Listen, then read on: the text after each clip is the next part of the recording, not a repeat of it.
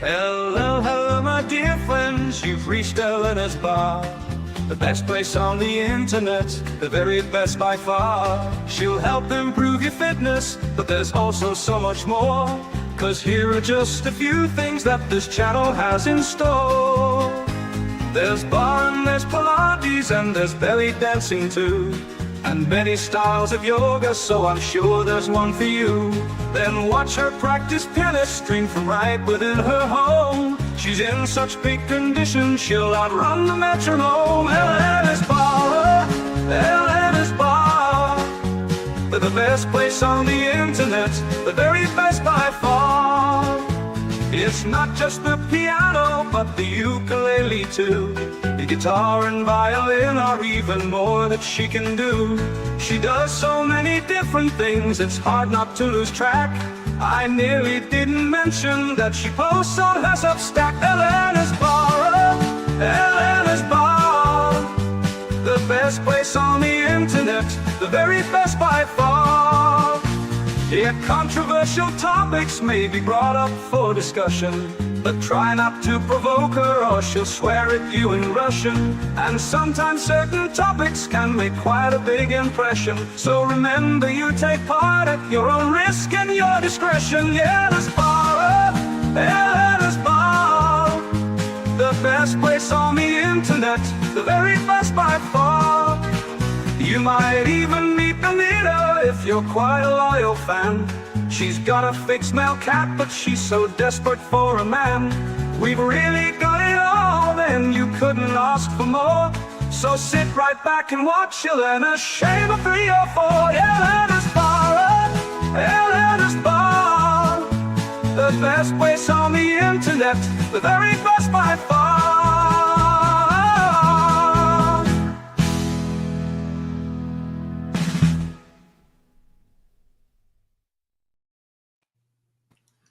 Hello, hello, my dear friends. Welcome back, everyone. Today we have the Resurgence of Sanity with us and Donovan Sharp. Great to see you, Donovan, again. It's been a while. Yeah, it has been a while. That I think that is probably the greatest introduction I have ever seen of a live stream. That was absolute brilliance. Really? That is crazy. I never. Well, you told us we have limited time, so I'll just let's get into it. Huh? Unbelievable. That was great. So yeah, how have you been doing? Been doing good. Got a lot of I've got a lot of pies in the oven, so to speak, and just doing a lot of, I've got a lot of different projects going on. That's why I haven't really been live streaming that much. I'm probably going to get back to live streaming on the regular this coming week, because things are starting to sort of calm down in terms of, getting the schedule done, time management, which is something I used to be good at. But, when you start doing other things, time management becomes even more of a premium. But other than that, I've been doing good. Awesome. Hey, Donovan, it was about a year ago that you were on with us on Elena's stream. Yes. What has changed in the world in the last year regarding men and women and where the consciousness is going? Yeah, I'll tell you what. I think the event, the obvious event that has more or less sort of changed the narrative and almost changed the paradigm was the assassination of Charlie Kirk. I think that has had a profound effect, not only on the manosphere, and I'm not an overly religious guy myself, but we have a lot of people, a lot of Christians that are sort of coming out. I actually saw on Fox News the other day, I think I might have seen it in a video, where Bible sales are up, people are attending church more than ever. And I think that's a good thing. I'm not, like I said, I'm not the most religious guy in the world, but I think that religion and Christianity, I think they are, whatever religion you are. And I'm certainly not the type of person who's like a nihilist or, hey, whatever you believe, because not all religions can be correct. Like you could be the most, you could be like, you take 3 people, you take the Buddhist out in, I don't know, India, and then you take the Southern Fried Baptist in Kentucky, then you take the Pope in Rome. all three of those people are devout in whatever their religion tells them to do or not do. They can't all be right. And so it's interesting when we say there's always three sides to a story. There's one side, the other side, and then the truth is somewhere in the middle. As far as religion is concerned, I think the truth is somewhere in the middle with all of these other things. But just to go back to your original question, Sandman, I think the thing that has changed the most is what Christianity or Nick was talking about earlier. Men are starting to wake up, man. The manosphere, I believe, the red pill is really sort of starting to seep into the consciousness of the mainstream, thanks to, again, unfortunately, Charlie Kirk's death. But I think that that's been a net positive if we can see the silver lining. Guys, listen, my good friends Andrew Tate, Myron Gaines, Kamala Harris actually came out and said in her book that Andrew and Myron were the reasons why, were two of the biggest reasons why she lost the election. So what Myron is planning on doing, he already bought her book. He is going to find Kamala somewhere and ask her to autograph his book. And when and if he does that, I want to be there because that is going to be absolutely fucking epic. But other than that, that's pretty cool going on. That's the way I think the world has changed. The short answer is that men are waking up. Well, Steve, what our group has noticed, we kind of straddle. We're three Christian guys, but we're red pilled. So Right. more like Dow Rock type guys. Yes, I remember Del Rock. Where is he? Yeah, he left in 2020. I don't know where he's at, but what we've noticed is there's this resurgence of the TradCon pill of you guys are just doomers. Y'all need to get back on the plantation. We promise it'll work.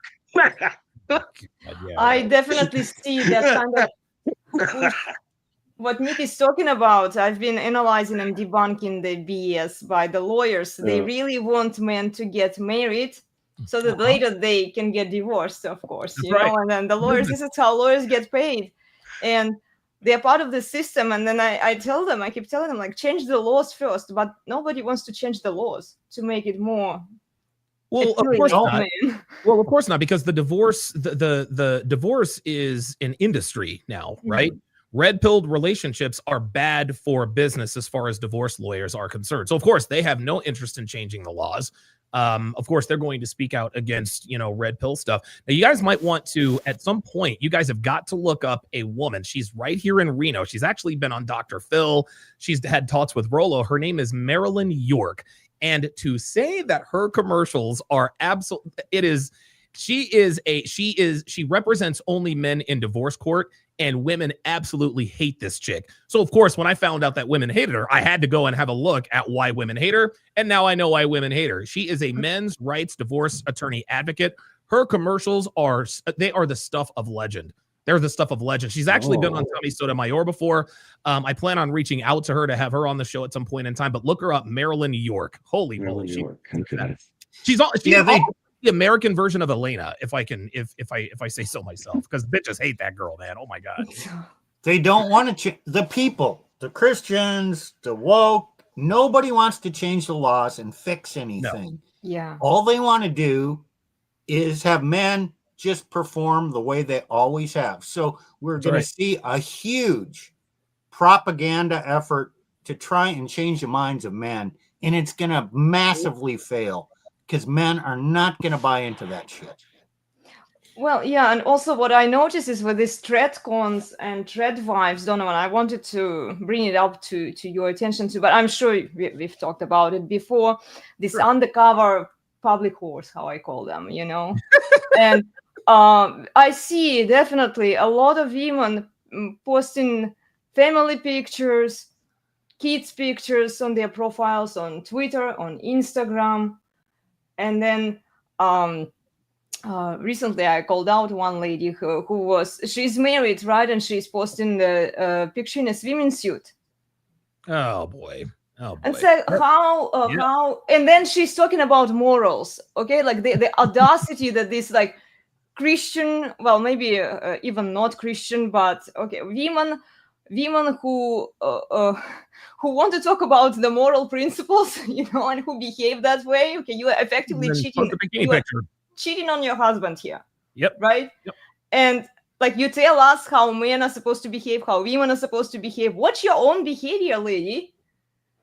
Yeah, I find that what I have found is that tradcon women. They're some of the biggest feminists out there, and I think one Yep. of them got exposed, massively exposed by Pearl when Pearl and Lauren Chen, who I don't know how she managed to fight her way out of a Russian prison somehow, but hey, Lauren Chen is back. Shout out to her. I'm glad she's not in Moscow somewhere, pulling, yard duty or whatever.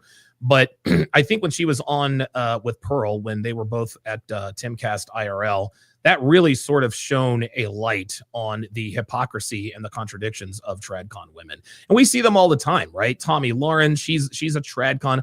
All these tradcon girls want to talk about how, I'm this Christian and I love my husband. Yet, just like Elena said on the very next post, they're posting bikini pictures. You're literally mimicking the behavior of the women you speak out against. It's tradcon cosplay. Cosplay. Yeah, it's It the is. mask. It's the mask. You guys Hey, did a Remember live- cake tits, guys. Yeah. Remember cake tits. Yes. Oops, sorry about that. Let me turn off my. Yeah, and then there are also women who post pictures. I want to be a mother. I want to be a wife, and then they just blast the pictures of pregnancy, of kids, and I'm like, oh my god! You know what I started asking them? What's your dowry? What's your dowry, lady? Because you're so traditional. You shouldn't be opposed to the idea. And then the reaction I get from them, they either ignore that question because they realize that You they got want to win it. Yes, but the men, they seems to jump in and then they start calling men who ask for dowry male gold diggers. Hey, I'm like, come on, guys. A dowry, and what these girls don't understand is a dowry, and there are many layers to a dowry, but what it is at its simplest form, it is insurance. It is an insurance payment. It's basically life insurance, right? Yeah. If it turns out your wife is a whore, guess what? Now the woman's family has to give you the 2 acres of land and the 3 cows or whatever that came with their dowry. Well, we're here in 2025. I'm sure there's some sort of money dowry in some way, shape, or form. But this is why the idea of dowry offends these women. It's almost as though, how can I put this? I'm trying to think of an analogy. It's almost like being married to someone and being like, hey, I'm going to take a life insurance policy out on me so that if something happens to me, then you'll get some money. And your wife or husband saying, no, you don't need to do that. You're not going to die anytime soon. Or the opposite. Hey, why are you taking out a $100,000 life insurance policy on me? All of a sudden now you want to cook. You're trying to poison me. The point is that dowry is insurance against whoredom.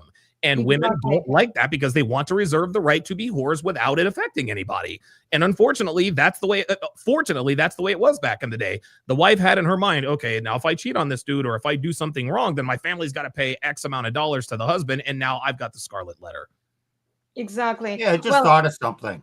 Women men ask women, what do you bring to the table? I am the table. I am the table. Okay, what's a quick response to that? Okay, does your table come with a dowry? That's pretty good. I love it, Steve. Yes. Well, you know who brought up this dowry concept back? I had a dowry too, and so did my sister. Shah. This is Shah YouTube channel. He did a lot of videos on dowry, and I started watching them. And he was analyzing articles how society transitioned from dowry to non-dowry society, and now we replaced it with a useless college degree for women. Yeah. With bad indoctrination, right? So telling them, oh, you're worthy, you are enough, you don't need no man, you're perfect. And then that converts women, because by the time they graduate the college, they acquire very high body count, so they become the public whores. The mindset of a public whore.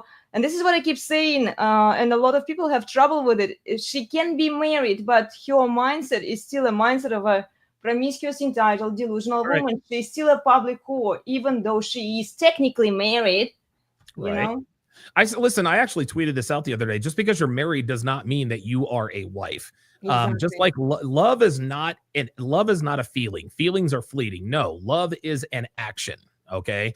And so when you tell people that, especially women, when you tell them that love is an action, they want to fight you on it because they want everything to be fleeting and feelings and me, and everything, everything is going to be everything is always subject to subjectivity. But there are things in this world that are black and white. And I think the sooner we understand and realize that, I think that's good for society, the better off I think we'll all be. Yeah, well, this is why I in my IG stories, I say, let's just call them what they are, because I'm honestly sick and tired of this BS. I'm really tired. Okay, if I see a whore, I'm going to call her a whore, and I don't care what. Right, I don't care if there's a ring on your finger or the state Yeah. acknowledges that you're a wife or not. It doesn't Exactly. matter what the state says. It doesn't matter what your marriage license says. It doesn't matter what your wedding ring says. What are you doing? Being Exactly. married is not just a title. Being a wife is an action. You can't call yourself a wife and then post booty pics on IG talking about, cheeks for Christ. It doesn't work that way. Exactly. Yeah. You Well, know, so recently I was blocked by one woman, married woman, who. Shocker. What did you do? What did you do, Elena? Well, I just called her, and you know what? I was actually nice about it. I gave her 2 warnings. Nice is relative here. Tell me another joke. Yes. Nice is relative here. Well, What is this savage out here? I didn't say to her immediately right away, directly. I say All that right. your behavior is not a very respectable behavior of a married woman towards your husband. It was my first post to her. Well, no, she ignored it completely, and I don't care. She has a very big clout. But then the second comment I left for her, where she doubled down and she said, don't be fat, and then she posts the bikini picture of herself. I'm like, okay, lady, you crossed the line here. I'm going to, be a little pushy here. So I did tell her that exactly what we are talking about, that your marriage doesn't matter if you behave like a public whore, Right. And then unfortunately, most women today, even the married women, are public whores. And she blocked me. That comment Sure she didn't did. go through. Of course she did, yes. Of course. So, Yeah, Donovan, logic. Oh, yeah, go ahead. we have a comment in here that kind of gets to the core of all that we're talking about. It's from your channel. Okay. So I'll pull it up. But Panda Trucker says, I know TradCon videos are a lie. My thought is, why admonish these videos if it shows what men are looking for? I think with enough videos and conversation, we might autocorrect society. Yes, and that's why you admonish them. Because right. That's exactly right. the culture that you see is the culture that you accept. Right. Mhm. Yep. So No, I agree 100%. And the reason why we critique and admonish, the TradCon videos is, number one, that's our job. We're supposed to point out the weaknesses or the flaws. You're either all in or you're not in at all. Mhm. Number two, TradCons, the TradCon thing, it's almost like a Trojan horse in terms of bringing feminism into your household. I mentioned Lauren Chen. Lauren Chen is a TradCon wife. You best believe she absolutely runs that relationship. She can tell everyone that my husband is the king and I'm submissive and doting and dutiful. But when it comes down to it, if you really are here's the bottom line. TradCon, if you really are a TradCon wife, we would not know who you are. The real TradCon wives, we have no idea who they are because they don't have an Exactly. internet presence. Mhm. If you are a woman who calls yourself a TradCon and you have an internet presence, that is a direct contradiction of your relationship. And so you ask these TradCon women, what if your husband told you that you should get off the internet? To a woman, they will tell you, well, then I would get off the internet, until the husband actually tells them, hey, get off the internet. Now they're being controlling, possessive, et cetera, et cetera. Oh, I'm sorry. I thought you were traditional. I thought you wanted a possessive, controlling woman. Yeah, except for when it comes time to do what you're supposed to do. TradCon women, they are, and listen, I'm not going to say that they're 100% wrong about everything, but they are walking contradictions. And I think that's why they like to block people like Elena, because she calls them out on said contradictions. Well, and they are not that obvious, because what I also notice is men are visual creatures, right? Men love with their eyes. Women know it. And if men are not red-pilled, and most men are not, well, I'm glad to see more men start to wake up, honestly. But most men are going to be bamboozled by not the public horse, not the ones who are actively going around on OnlyFans and elsewhere, right? But like these TradCon women, these trad wives who wear more clothes, they appear to be more feminine, right? That's the Trojan horse effect. Appear to be more submissive, but like men are, and then they say, Donovan, they say some points that resonate with men that men want to hear. They even repeat, they might repeat some red pill talking points. This is what I was saying as a warning to the red pill guys, because like, look, guys, like you are technically the best out there. Like the red pill guys are the most masculine guys. They're the most rational guys. They're the desired target audience for women. You know, so they go first after TradCons, after the TradCon men who are not red pilled, right? Who are not aware of female nature. And then, but their goal is the red pill guys. So like they will repeat some red pill talking points, you know, they will get in the door. And then if the red pill guys are like, oh, you know what? Like just like, wow, boy, you know what? She agrees with us. Okay, let's clap to her. Let's embrace her. Let's love her. She's a quality woman. Let's wife her up. You know what, Donovan? These women know exactly what they are doing. They are doing it for attention. They're just upgrading their target audience. And I think that Phoenix Light Games previously mentioned it, and I 100% agree with that. Women do a lot of things for attention, and then you watch their behavior. Okay, like, so let's watch some videos. Yeah. And start analyzing them. Okay. Oh, we're reacting videos. All right, let's do it. Okay. So I'm going to share with you some videos from the lawyers. Okay, this is what the lawyers tell men. If I can, share screen. Okay, it's basically my internet folder here. We call it fertilizer, right, Steve? You call it fertilizer? You call it your bullshit folder. Well, yes, I was trying not to use that word. Yes, you gotta keep it clean for YouTube. We got to keep it clean for YouTube. I know, right? Well, I don't know if Donovan, you care, because we don't. We use bullshit all the time. That's fine. That's Oh, fine. it's fine. Okay. I was trying to be nice here. Okay.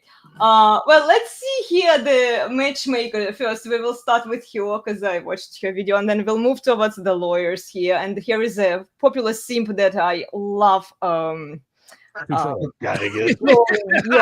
Yes, I just love calling him. You know, that quality of women that watch his content, like they are all public whores. They all attack me. They dislike me there because I actually follow him and he does give me hearts for my comments. So I'm like, okay, I'm going to actually try and I swear piss he him just off does more. bullshit just to get clicks and engagement. Yeah, maybe. Yeah, he does it. Yeah. Yeah, a lot of that going around these days.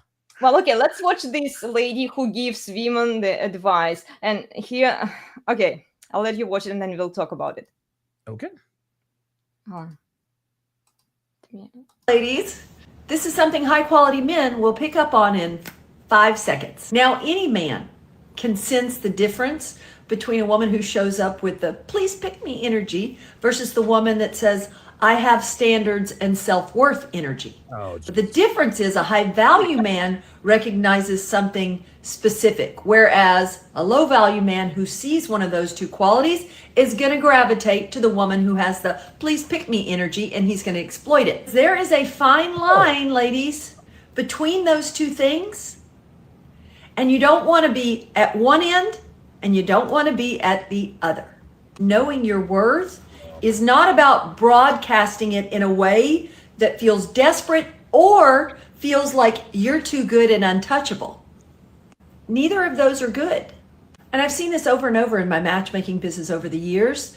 The women who attract high value men, these men that every woman really wants, these are the women that know their self-worth, but do not walk in with this intimidating, I'm above it all energy. No, these are women who are kind, warm, easy to be with. They laugh easily. They make people feel comfortable, not intimidated. So here's a few self-reflections. Do you want to stop? Yeah, feel free to stop. I'll stop it for you guys. Yeah, you guys ever watch that show, So You Think You Can Dance? You ever see that before? It's basically American Idol for dancing.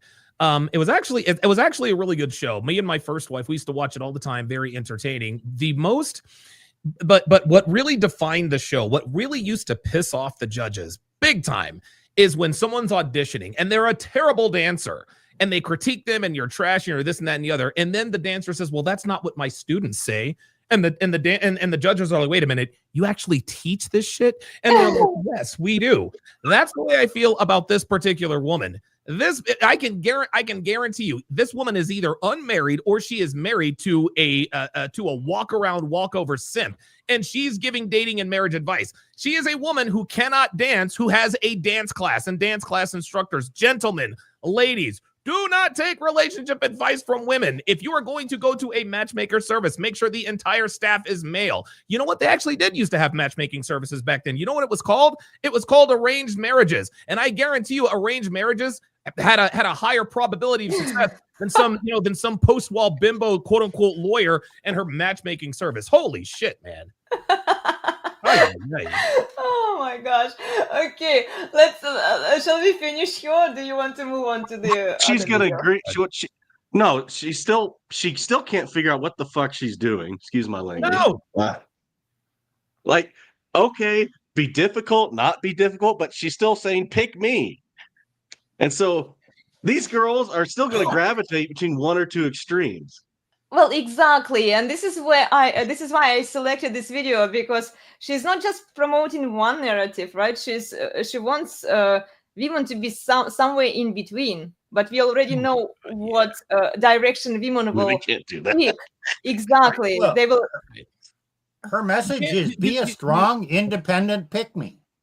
Yes, that's it. Be a strong, independent, submissive, doting, dutiful, independent boss babe who's also submissive, likes to cook, but don't need no man. That's pretty much it in a nutshell. Yeah. Got it. Yeah, awesome. Well, okay, let's move on. I don't want to waste our time on here anymore, so we'll just. No need to beat a dead horse face. So. Yeah. Okay. Well, let's watch this simp that I quote unquote love so much. Okay. I used to think communication is key, but it turns out reciprocation is. Finding someone who has the same energy for you that you have for them. You ride for them, they ride for you. You nurture them, they nurture you. You respect them, they respect you. That's it. That's the goal. I used to think. Okay, so this guy comes out with, I used to think communication is key. This is, you ask anybody on the street, you can be talking about anything regarding relationships, and sometimes people like to eavesdrop, and that's fine. And every person to a man or a woman, well, the key to a good relationship is communication. And I always respond with, well, you're right, but it's the nonverbal communication you're talking about. And they're always like, well, wait a minute, what? And then of course I can't go all red pill in public, because the FBI would come down, I'd be arrested and jailed or whatever. Maybe since Charlie Kirk's death, maybe that's a little less likely to happen. But here's where he messed up. He says, you want someone to have the same energy as you do. Unfortunately for this guy, and I understand where he's coming from, but this is all wrong. Your woman has to love you more than you love her. It is a sad reality, but it is also a true reality, because in this day and age, in 2025, the way women are conditioned to be in relationships, the way feminism has sort of guided the path, it is impossible for a man and a woman to have a relationship where the man loves the woman more than the woman loves a man. Yes, there are plenty of relationships. I need to interrupt. Relationships, and they're absolutely miserable. Yeah, go ahead. I disagree, because the definition in a woman's mind of what love is and a man's mind are different. Women think love is a feeling. Men think love is a commitment and a sacrifice. Okay. So I would just change it. She needs to respect you more than you respect her. Needs to respect you more than you respect her. Yeah, that's actually, that falls in that same line. We're thinking in the same way. No.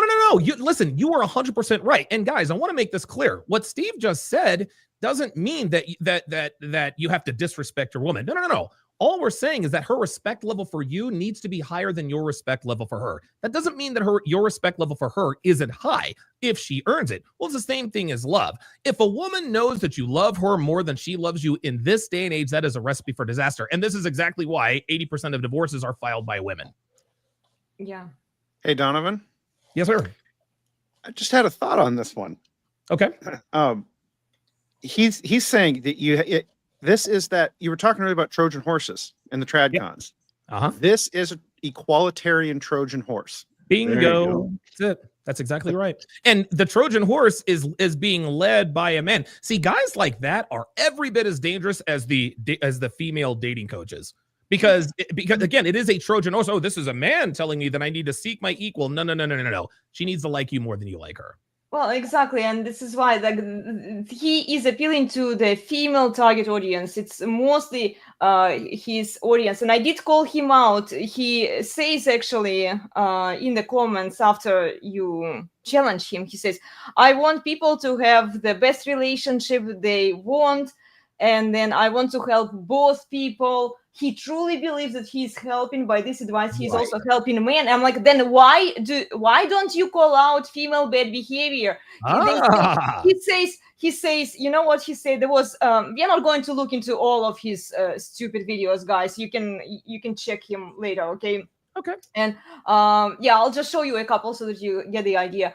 But so what he was saying in the previous video, where I really was angry at him, he said that ladies, your man must earn your trust. He basically must love you unconditionally, and you date them all, right? You don't commit. You do you. So he is telling women to be a public whore, essentially, without committing to one man, right?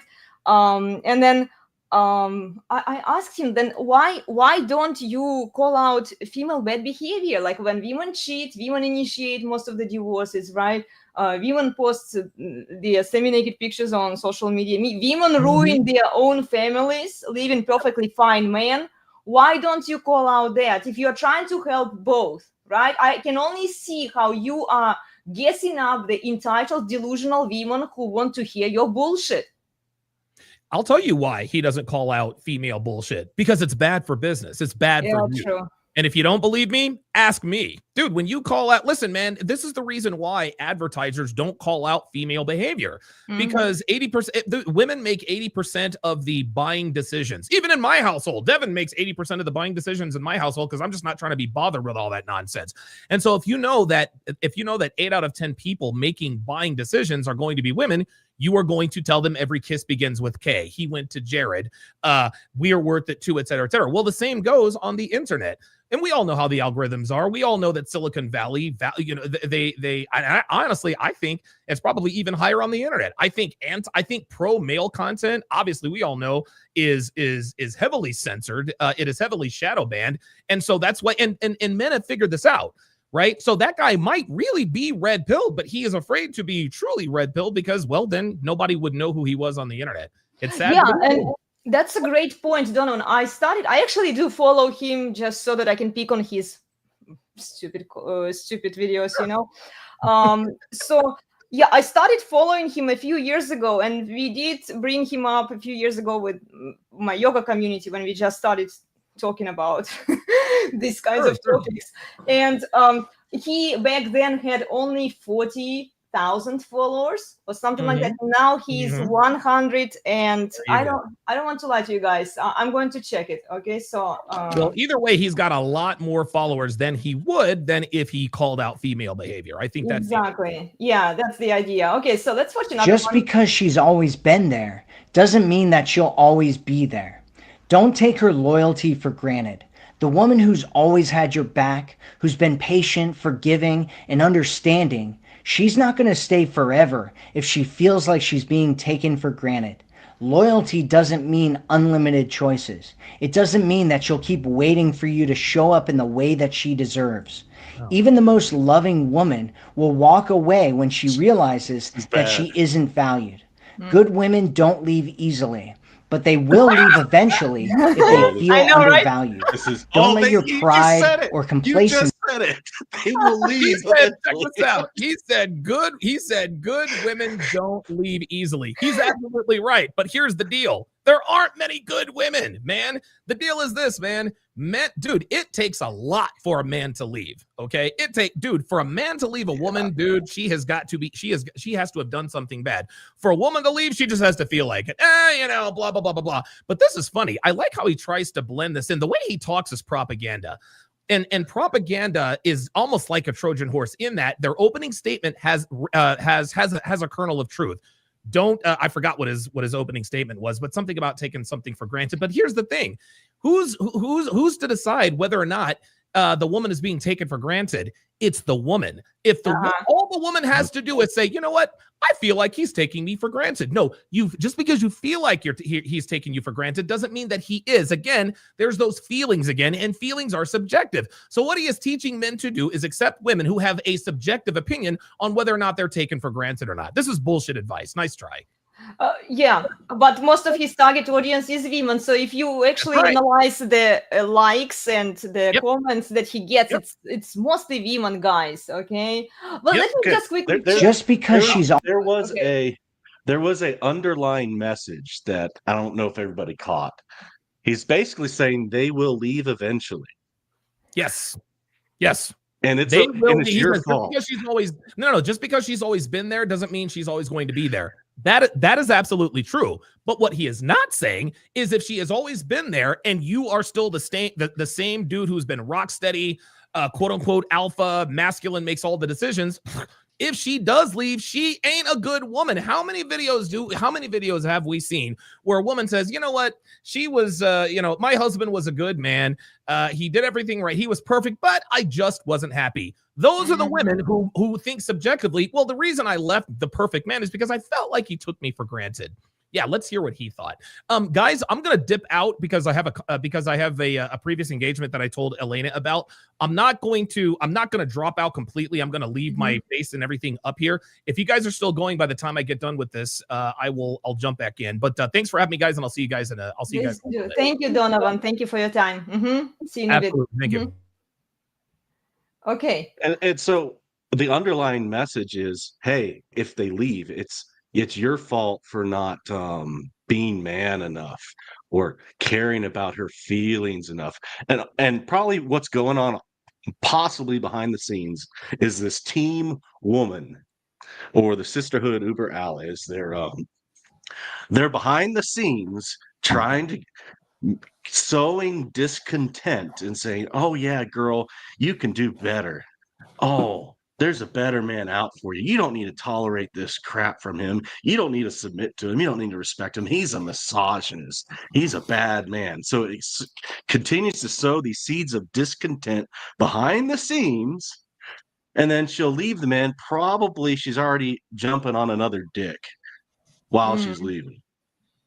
See, she's taking him for granted because he's doing all these things for her. Yeah. So he's just there, but there's no excitement there. And, he's not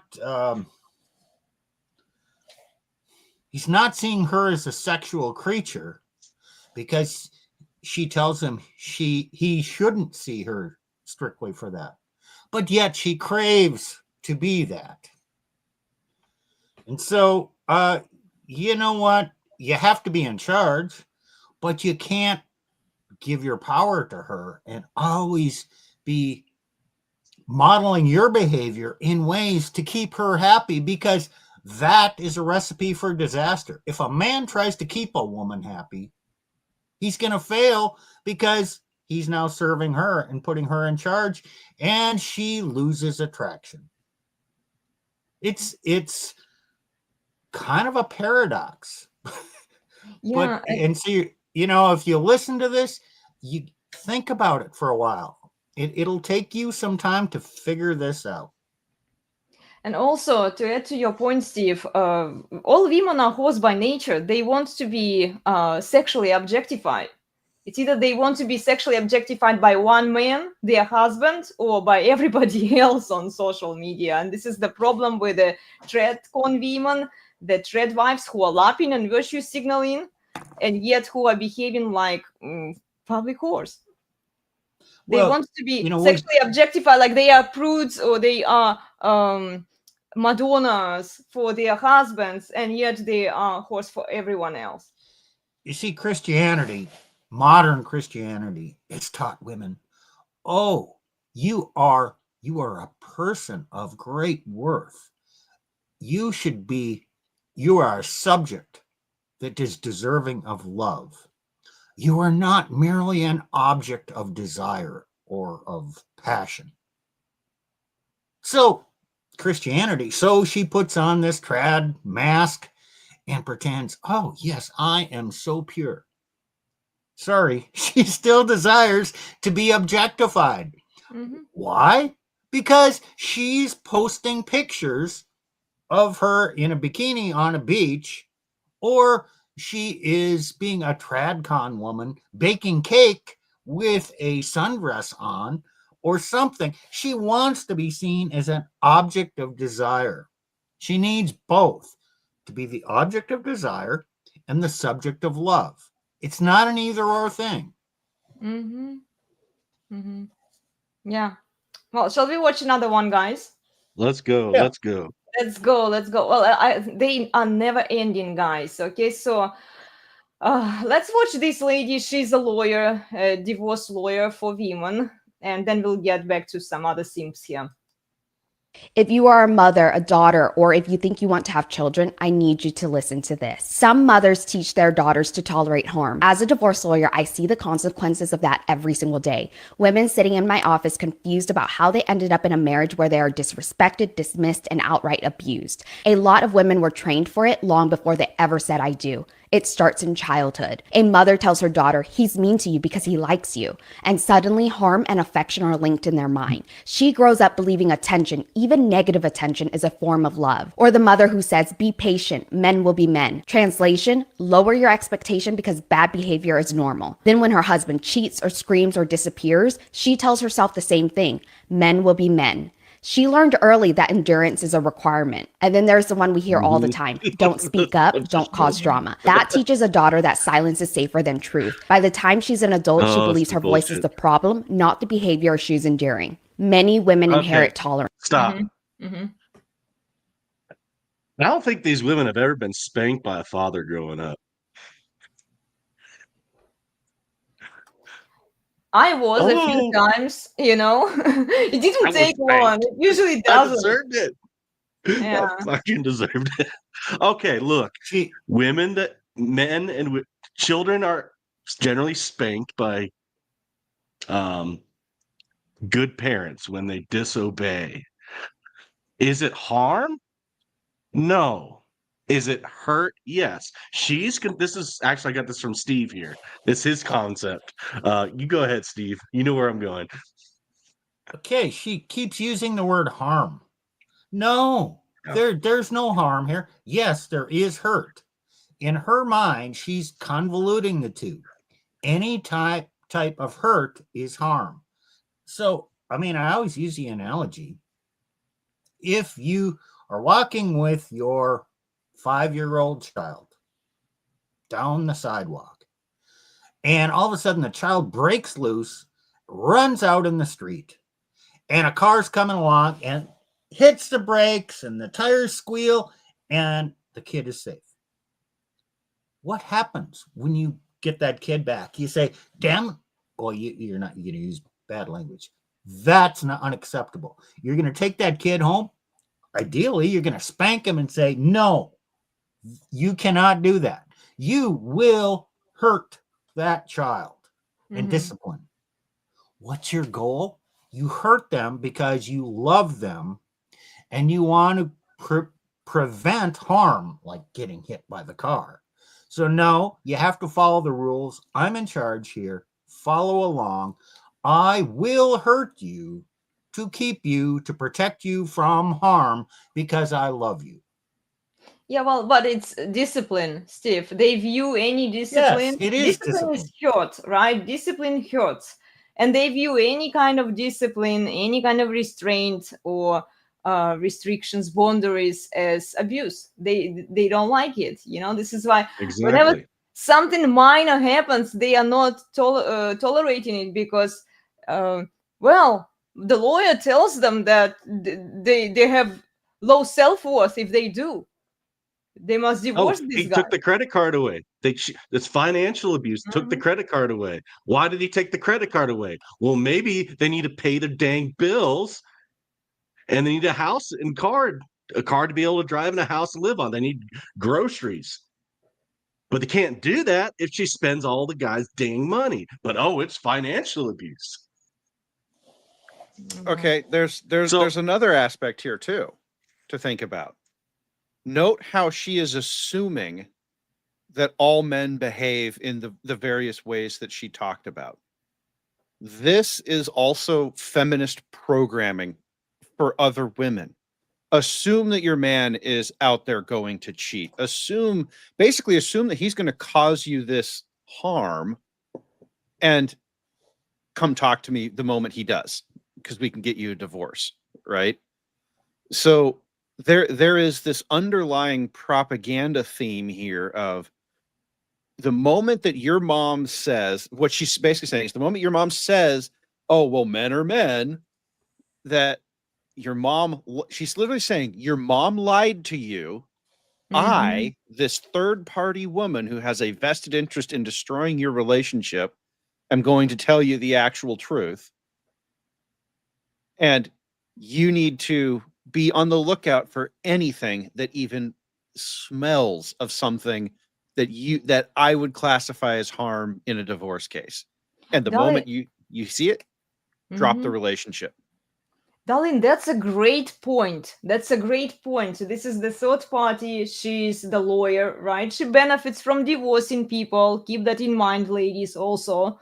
So don't listen to the women who tell you, well, men are men, right? You are supposed to submit to him. You're supposed to help him, right? You can't do anything for the benefit of the man. Listen to the lawyer, what the lawyer tells you. And then the lawyers are telling them, divorce him, because, of course, this is how they get paid.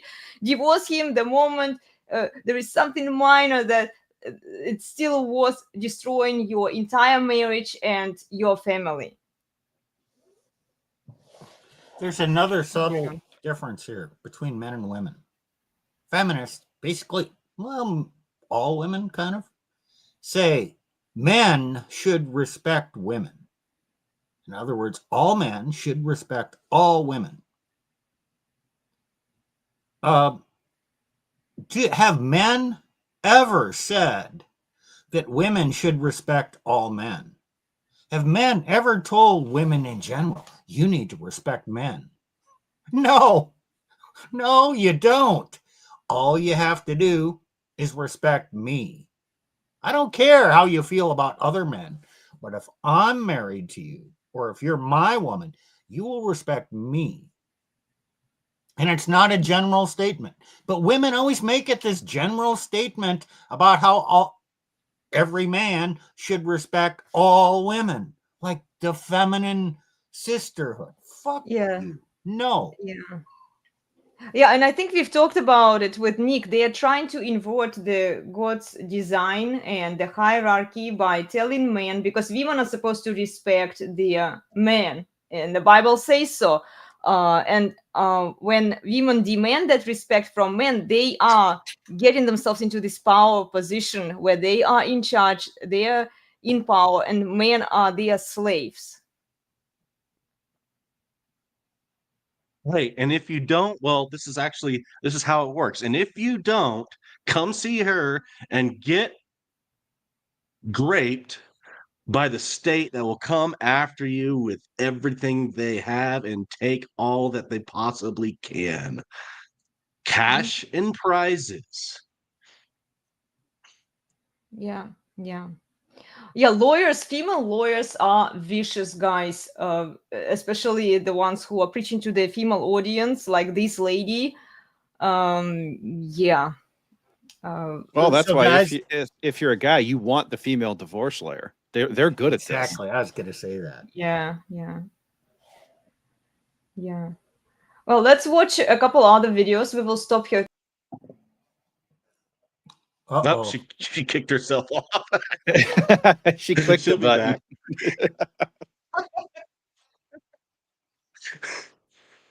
There she is. Sorry, guys. I clicked Welcome back. Yeah, sorry, I clicked the wrong button. I wanted to switch from. I'm struggling with StreamYard sometimes, guys. Sorry. Okay. Let's go back here. Awesome. Okay, let me share again. Share the screen.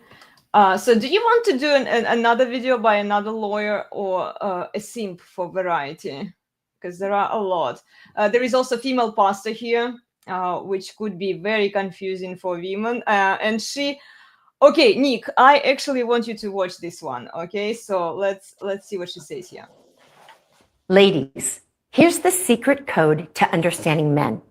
Men aren't exactly inspired by the ancient arts of nagging, hinting, crying, yelling, or the silent treatment. I know, that's tragic. But if you're trying to motivate your guy, skip the emotional charades and just ask nicely, like really nicely, with love in your voice, clarity in your request, and preferably before he's halfway into a nap or a football game. Men are simple creatures. What gets them going? Rewards, and not in the treats for tricks kind of way. Think appreciation, affection, admiration, and approval. Give them those and they'll go out of their way to make you happy. Write you a song or at least take out the trash without being asked twice. Almost anything's possible when a man feels loved and respected. Just don't forget to say thank you when he finally hangs that shelf. Okay. First off, woman pastor, abomination. Secondly, much of her advice isn't really that bad. So I'll give her that. Her advice is not that bad. There's a lot of good things that she said in there, but for our under 18 audience, please plug your ears. How about giving a blowjob every once in a while? He'll really feel appreciated. Yeah. Her theme is how to get what you want from a man. Here's how you should manipulate him. It's Not all the way you've manipulation. been doing it. Here's a better way to manipulate. Yes, and this is what the TradCon women and the Trad wives are falling into. You know, they figure out that there are games that they can play, you know, like that these manipulations, and they can sound softer, they can say thank you, they can fake it all, guys. They can even fake their genuine desire for some time. And I think the Red Pill guys have talked about it.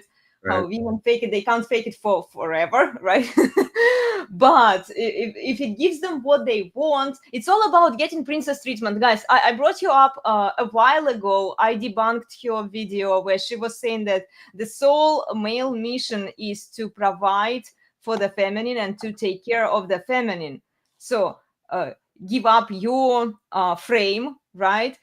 Give up your interests, gentlemen, because your core interest should be the woman, to please the woman. This was the indirect behind the context message that she was sending out. Of course, she didn't say it explicitly. She's not stupid, you know. And yeah, but I like this one. This comment right here. Yeah, don't directly nag, just do veiled nagging. Exactly. Yeah.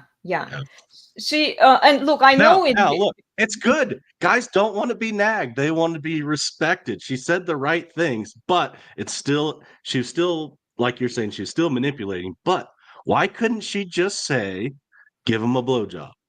Why can't she just say, fuck your husband? Yeah. Because these TradCon women will do anything but that. Or, you know, she could say it in a nice way. Be open to physical intimacy. She can say there are Christian polite ways to say the same damn thing.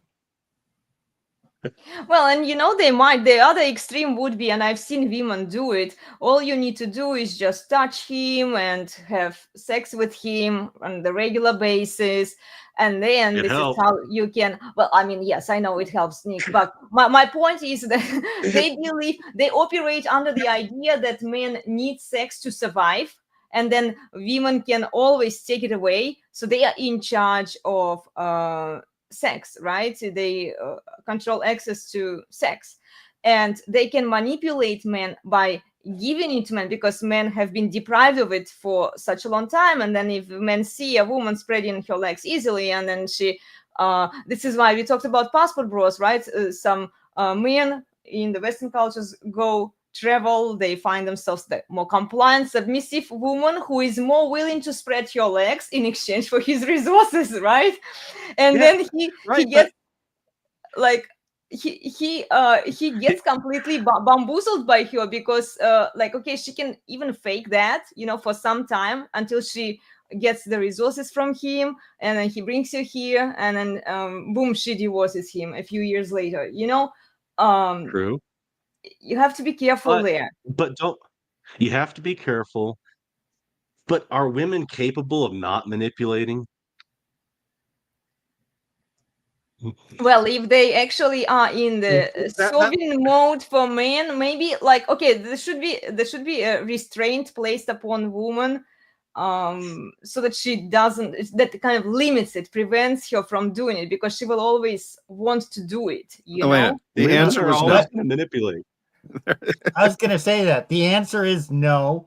That's why women need to be restrained. That's what. Well, this is what I'm saying. Yeah, women need to be restrained. You don't let her run, even in terms of sex, because if you believe that you need sex from her, then she will use it against you. She will manipulate you. She will chore play you eventually, maybe not like right away and directly, but it will be like undercover nagging and like shaming and all kinds of things. Okay, if you want to have sex today, well, then do this for me. So, are women capable of not manipulating?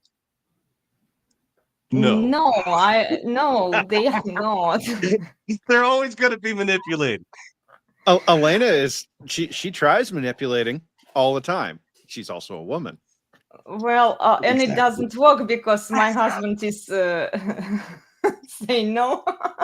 Okay, but eventually, I think eventually you can kind of beat it out of your woman. No. Okay, whatever. No. Been married 9 years, known her for almost 10 now. Okay, she still tries to manipulate. It is who they are. Exactly. Yes. E. Jones. Yeah, E. Jones. It is who they are. That is the whole point of Frame. Mm-hmm. Frame looks at the manipulation and goes, "That's cute, back in the box." And when a woman tries to manipulate you, if you say no and you don't buy into it, guess what? She's not going to hate you. She's going to respect you. Yeah. More. And her supposed love for you doesn't get you any more bedroom activity. Her respect for you will actually get you more bedroom activity. So if you allow her to manipulate you, she sees you as a lesser man and has less desire for you. If you say, no, I'm not putting up with that, then she has to kind of look up to you and acknowledge your dominance and your authority. And then women always use sex to stay close to the dominant man. Yeah, that's so true.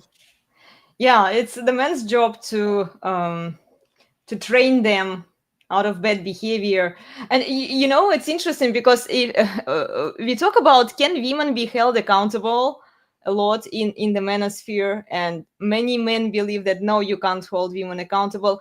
I think that you can. You just have to do it right away. They have to suffer the immediate consequences of their behavior. In a way, women are not. How I'm not going to hold you accountable. How does he hold me accountable? Exactly. So, I mean, talk about people out Well, there. like You're a woman in the taking my manosphere, phone red pill, away. right? Plutarch. You know, Plutarch. yeah, Plutarch, tell us, how do you hold me accountable? She loses her phone, probably more than she cares to admit. That's one way. She loses access to credit cards. We had an incident yesterday that she had to lose access to a credit card. It wasn't actually my Okay, fault yeah, even, but No, yeah. it was.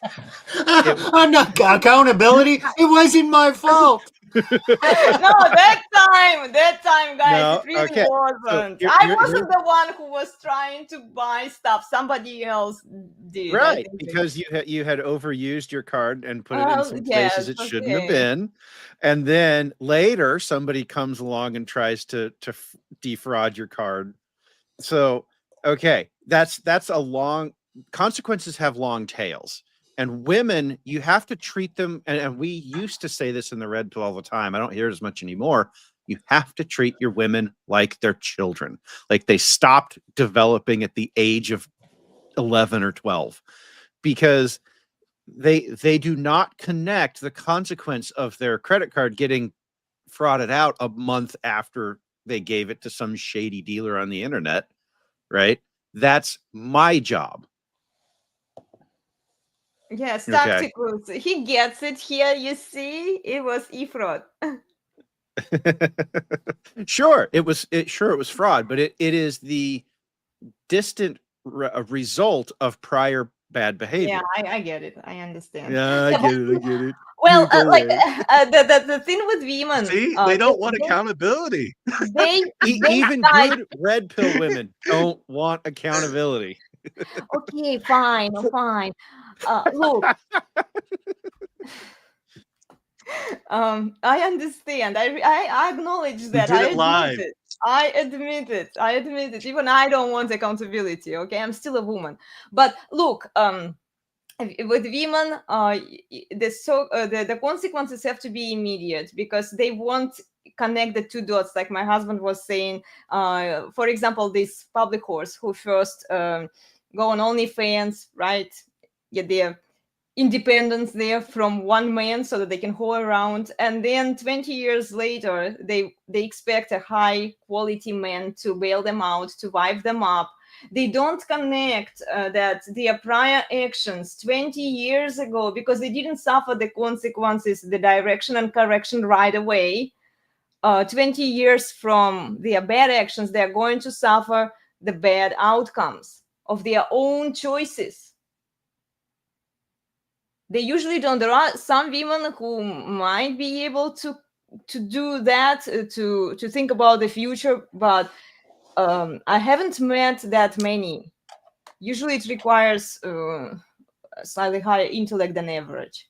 No, it requires slightly higher age and experience, aka post-wall. Well, that too. So Yeah. here's the thing. Notice how we kind of call out Elena. And she knows her nature. Okay, fine. She has those behaviors. Does that make her a bad woman? No. Does she hate her husband because he imposes some restraint on her? No. They have a good marriage. She actually respects him more. Nick and I both like Elena. She's a woman. She does these things. So what? Don't expect to find that perfect unicorn woman who you can be in an egalitarian relationship with, and she will be responsible and you will be responsible, and it will magically work out. Guys, that's a fantasy. That's a fiction. It doesn't work that way. Yeah. We got another Honestly- video. Another video? Okay, let's Yeah, we can watch. do another one. Okay, which one do you want? I have a bunch, guys. Okay, here is the Passport Bro ad. Shall we briefly cover it? We actually did a separate live stream on my YouTube channel, and I think you guys also talked about it on the Resurgence of Sanity YouTube channel about Passport Bros. I see a lot of advertisements for Passport Bros, and Okay, let's watch it. let's watch. Mhm. He was a passport bro. Of course, he treats me with love. So I cook for him and treat him with respect. He's a passport bro. Of course, he works hard to make my life more comfortable. So I make his life peaceful.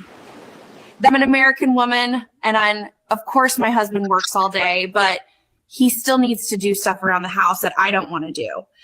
He was a passport bro. Of course, he That's here. They are selling you the idea how Passport Bros is such a great idea. You should all go and do it, and you will be lucky. Yeah. We have a resident passport, bro. Hello. Okay, so first I want to say that video was AI generated, just so everyone knows. Now, Well, darling, I see additional ads. I just didn't bring them up here. no, it's fine. That video was AI generated, doesn't change the message. And the message is that women overseas are somehow different. That it's almost like they're trying to say that female nature doesn't exist overseas. Gentlemen, I have bad news. And you just saw an example of it not 3 minutes ago. Female nature is nature. It is all of them everywhere. Yeah. You know, if you are getting into a relationship with a woman, even a short-term relationship, and you're thinking, oh, this woman's different, you've already failed. You've already lost. Women are women. Exactly. Yeah. In the comments. Yeah. Women are women. Exactly. What are you saying, that the trad wives still have the same nature and the born again virgins still have the same nature? Yes, they do. Yes. Steve. Yes, Steve. That's what I'm saying. Yeah. Yeah. Guys. There is no fixing or finding women. There is learning how to handle women. How to restrain them, because also I did a shorter video where I referred people to watch our longer live stream. It's called Passport Bros, in case you are thinking about doing it. Please go watch it. We did go pretty deeply into that topic. And yeah, I did mention that, yeah, all women are the same everywhere. They have the same female nature. And then you take her out of that culture and bring her in here. Women are pliable, they are adaptable. So she sees what happens around her. She will see how other women in this country in particular treat their men. And it would be really naive on your side, I think, to believe that she will be there for you forever unless you impose some restraint on her, or she was already disciplined when she was a kid by her dad. If that doesn't happen, then that's great, but that means maybe she's got some traits that make her better. But let me put it this way, guys, husbands, it's your duty to manage your wife. She will not manage herself. Yeah. Okay. Now, one little asterisk here for the Passport Bros. There is some culture at play here, and there is, in other cultures, they do teach their women that it is okay for a man to manage you. And this is why a woman can come to the United States and within 5 years, she's gone completely feral, right? Yeah. This is a culture, not a nature. And so that is why it can appear, especially early on, that she is going to be different, that she's going to be better. That was that culture. And you bring her here and she loses that culture. She loses it. Yeah. You know, what that means is, at the end of the day, guys, you still have to be everything that you would have had to be for an American woman too. Yeah. Yeah.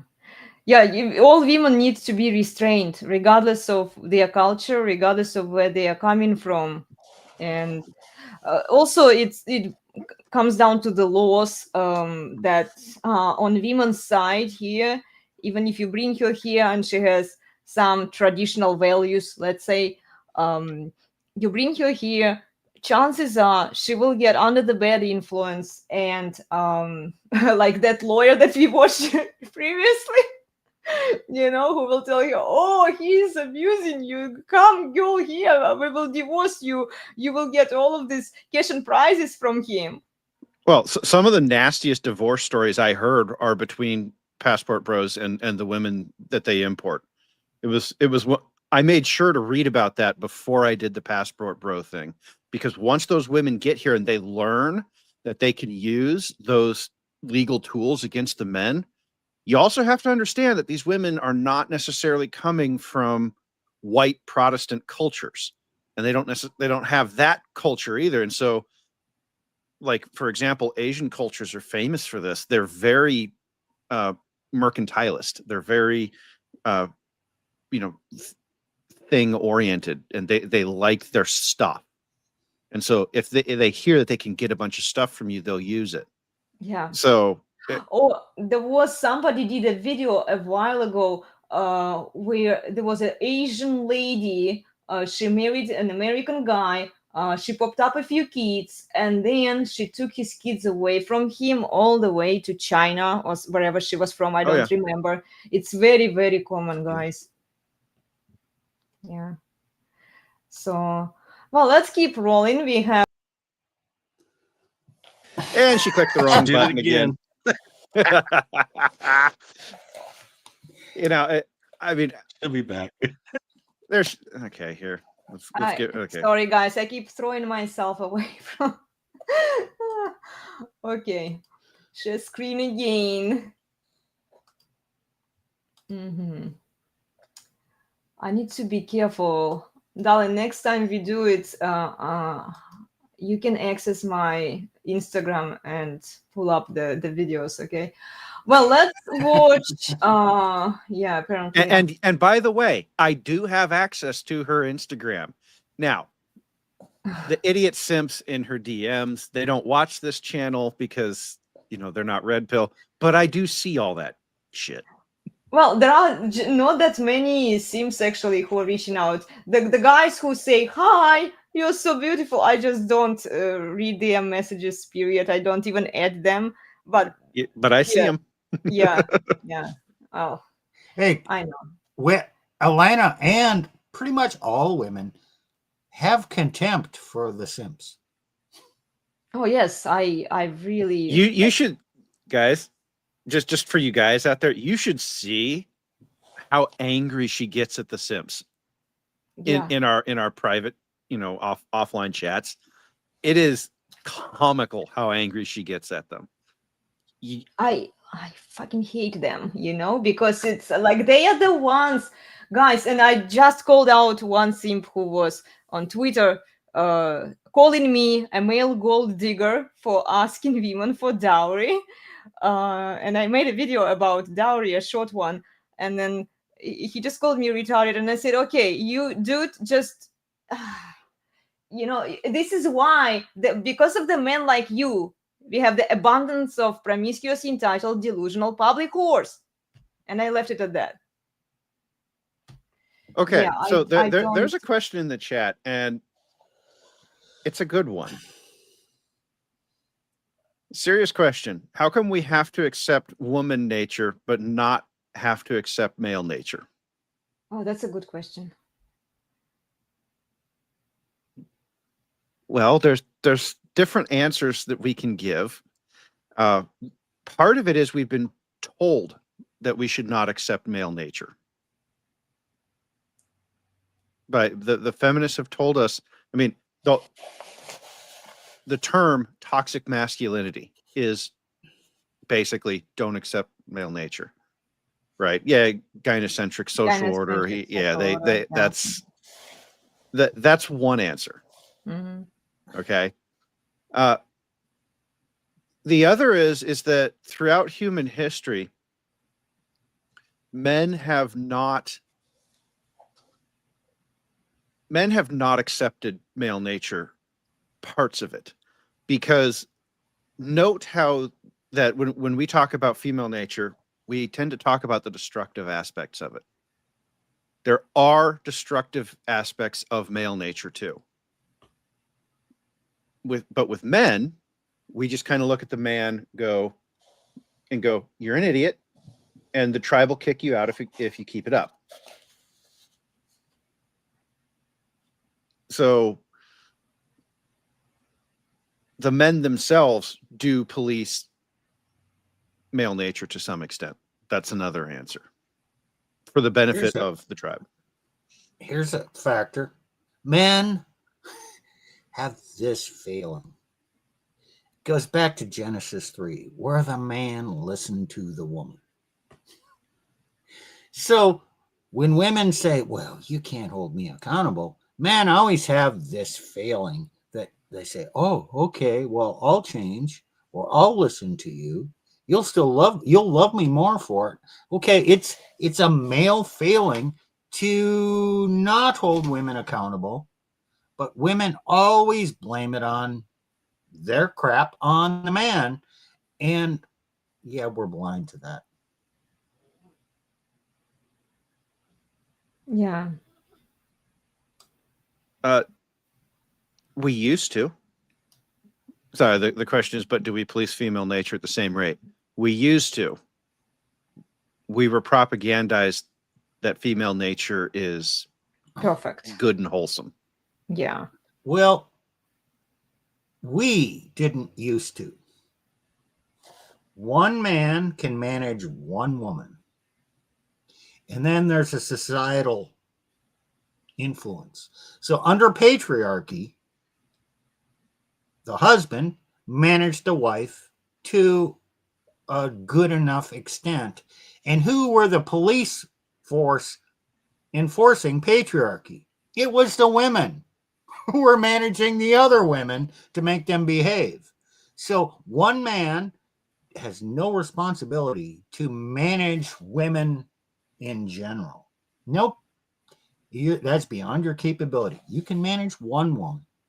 And then when a large group of men each manage their one woman properly, those women will fall into that social order, and those women collectively will manage the younger women by shame and all that.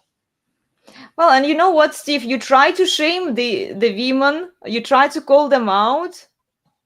They block you. They don't want to hear what you say. Like that lady who recently blocked me on Twitter for calling out, and I wasn't mean about it, guys. At first, I was very nice, you know. But when I see that a woman is not behaving, you know, like, okay, I'm going to try it one more time. And she completely ignored, she doubled down. And then, okay, if you want to be a whore, then go and be a whore. Don't preach morality here, right? Don't talk about relationships, how a woman should behave and treat her husband, because you are not, your actions don't match your words. See, the problem is there's only one Elena. We need about 1 million of them each doing this, and then they'll make a difference in young women. If there's 1 million women out there doing this, and then 1 million women will get the next group to start behaving properly, and then you'll have 5 million, and then it'll be 10 million. And then it'll become the predominant thing, and women just go with the social expectations. They react to the environment. They will do that. Better Bachelor just had his stream yesterday, I think. He was talking about how the culture is actually changing in high school, where the men, the young boys, teenage men, are being men and not putting up with this shit. And the women are saying, oh, gee, guess I better shut the fuck up about my woke ideas, or the men are going to just not have anything to do with me. And so they're changing their behavior. It's already happening. Yeah. And other women are then enforcing that doctrine on their sisters, and Yeah, but society works. It only works if those other women who are enforcing it are not public hosts themselves. Because if they have that same mindset, okay, I'm a public whore, I'm here undercover public whore. I call them the TradCon women and the Trad wives. They are undercover public whores because they have the same whorish mindset, right? Yeah, they don't mind trashing those OnlyFans girls, but they are doing con for TradCon sims. They are still doing the same thing that they are criticizing other women are guilty of. You know, they don't want to be called out themselves. They don't mind calling out, and now it becomes all really true. popular because you can get attention. You can get more attention from the red pill guys. You can get attention. That's all from true. TradCon But sims. this study was in high school, and so you didn't have the undercover public whores. Okay, you had some more promiscuous women in there, but you weren't having OF fans. They weren't influenced by the wider career stuff. So this is like a small laboratory type. It's a controlled environment, and women changed their behavior based on the behavior and expectations of men, and then other women were, remember, women are competing for the men. They always compete. Yeah, they for the always men. compete for So- the men. Yeah. So a woman who's competing for one of those guys, she's going to start policing the other women, and it's just going to kind of all come together and work. But it's going to take time, gentlemen. Yeah. A lot of it. So there's a great like, comment and here. Sifting through those Ahem. women. Mhm. Sorry, Dan.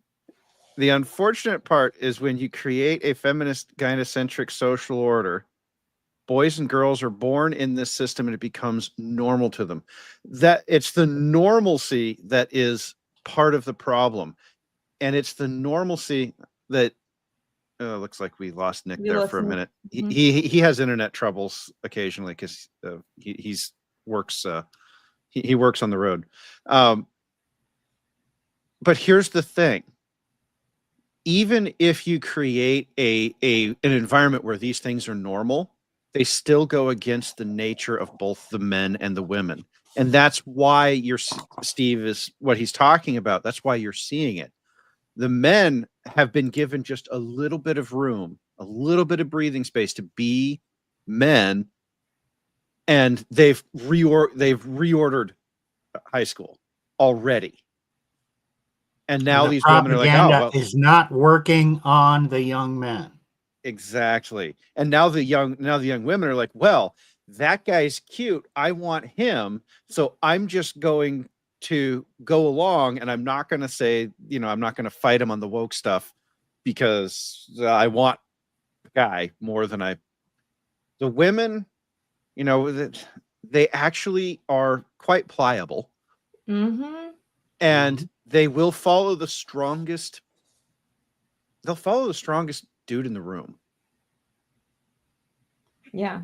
And so when the dudes show up and say, yeah, we're not about that, the women are going to go, oh, okay. Yeah, but they will still try to manipulate like we. They will still try to subvert it, Well, okay. Here's what you're seeing. You're seeing a retrenchment. Why is the TradCon LARP coming back? Well, because that's what worked 10 years ago. Mm. Even 5 years ago. That's what worked. And so the women are like, well, the crazy woke blue-haired Screechy isn't working. Maybe I should go back to something else. But they still want to have all the benefits of being feminist. And that's, when Donovan was on earlier, he was talking about Lauren Chen.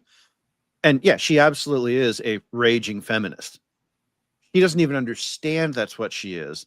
But Lauren Chen and Tommy Lauren are examples of that era. Okay. Mm-hmm. Mm-hmm. So yeah, they will adjust it. They will adjust a few superficial things if they know that they can get the benefits from it. without doing the major work that needs to be done if they actually Exactly. Okay, want to. you want a woman to change or women to change? Mhm. They won't change. They won't They change. will adapt. They will pretend to change. Mhm. But, and so they think they're not changing, they're just pretending to change. But in the process of pretending to change, society, the Overton window has shifted. And they're actually changing, even though they don't realize it. Men don't realize it. So women will never willfully change. They Mhm. will willfully pretend to change in a manipulative manner. But in the process of doing that, they're actively changing, just very slowly. Yeah. The restraint is necessary. They will change if they can't get what they want from men. They will be forced to change, but it has to come externally. Oh, looks like Nick is back. Okay. Let me add him. He's loading. Okay. Yeah, it has to be imposed on them externally. They won't come to the realization, oh my gosh, look at that. I'm self-accountable, right? I've transformed, I'm reformed. This is why I always roll my eyes on Nola and the other reformed three of us who come to Christianity, because it's like, come on, if you actually if you were authentic about it, if you were genuine about it, you would shut up, you would serve your husband, we wouldn't see you on social media, you wouldn't be here. And yes, I and Elena are fully aware that she does get seen on social media, but there's a reason she doesn't call herself traditional. Yeah, I don't call myself traditional, guys. Yeah. Also, she does this under my supervision, and over half the skits and funny videos she does, I wrote them. Mm-hmm. Yeah. Yeah. Well, okay, let's watch a few more videos here. I hope that Nick is back with us here. Oh, here he is. Darlene, can you add him, because I'm already on this Yes, he's screen. on. Okay, awesome. Well, let's watch Gotta love this other. Windows. Let's watch the other simp here, a big one this time. Men want traditional women, but forget that traditional men paid all the bills, fixed things around the house, and never asked, what do you bring to the table? Y'all men be so quick to call a woman masculine or too independent, but don't want to help her in the areas she's been forced to survive in. You can't expect her to be soft and feminine when she's out here doing everything on her own. So stop saying women don't cook like grandma, because most of y'all men don't pay bills like granddad. Traditional women existed because traditional men led, provided, and protected without question. A woman is only soft when she feels safe. She rests in her femininity when she has a man who steps up, takes responsibility, and makes her feel secure. So if you want a traditional woman, be the man she could depend on, not another weight she has to carry. Guys, man up. Man up. Hey, just man up. Guys, it's all your fault. They have no agency. It's all on you, man. All her flaws are not being traditional, being independent, can't cook like grandma. It's your fault. It's because you're not man enough. What a bunch of bullshit. Yeah, and then he says he needs to protect and provide without question. I'm like, so give up your standards, give up your frame. Gosh, I hate these things, because this is the message that they are sending out to other men too. It's not just women. You are entitled, you deserve, right? The Prince Charming, the princess treatment and everything. It's also the message that the men receive from these guys. These guys are the enemy. They are the enemy of true masculinity. What happened with me? I've been married twice, divorced twice. Both times, my wife didn't work. I made all the money, provided everything.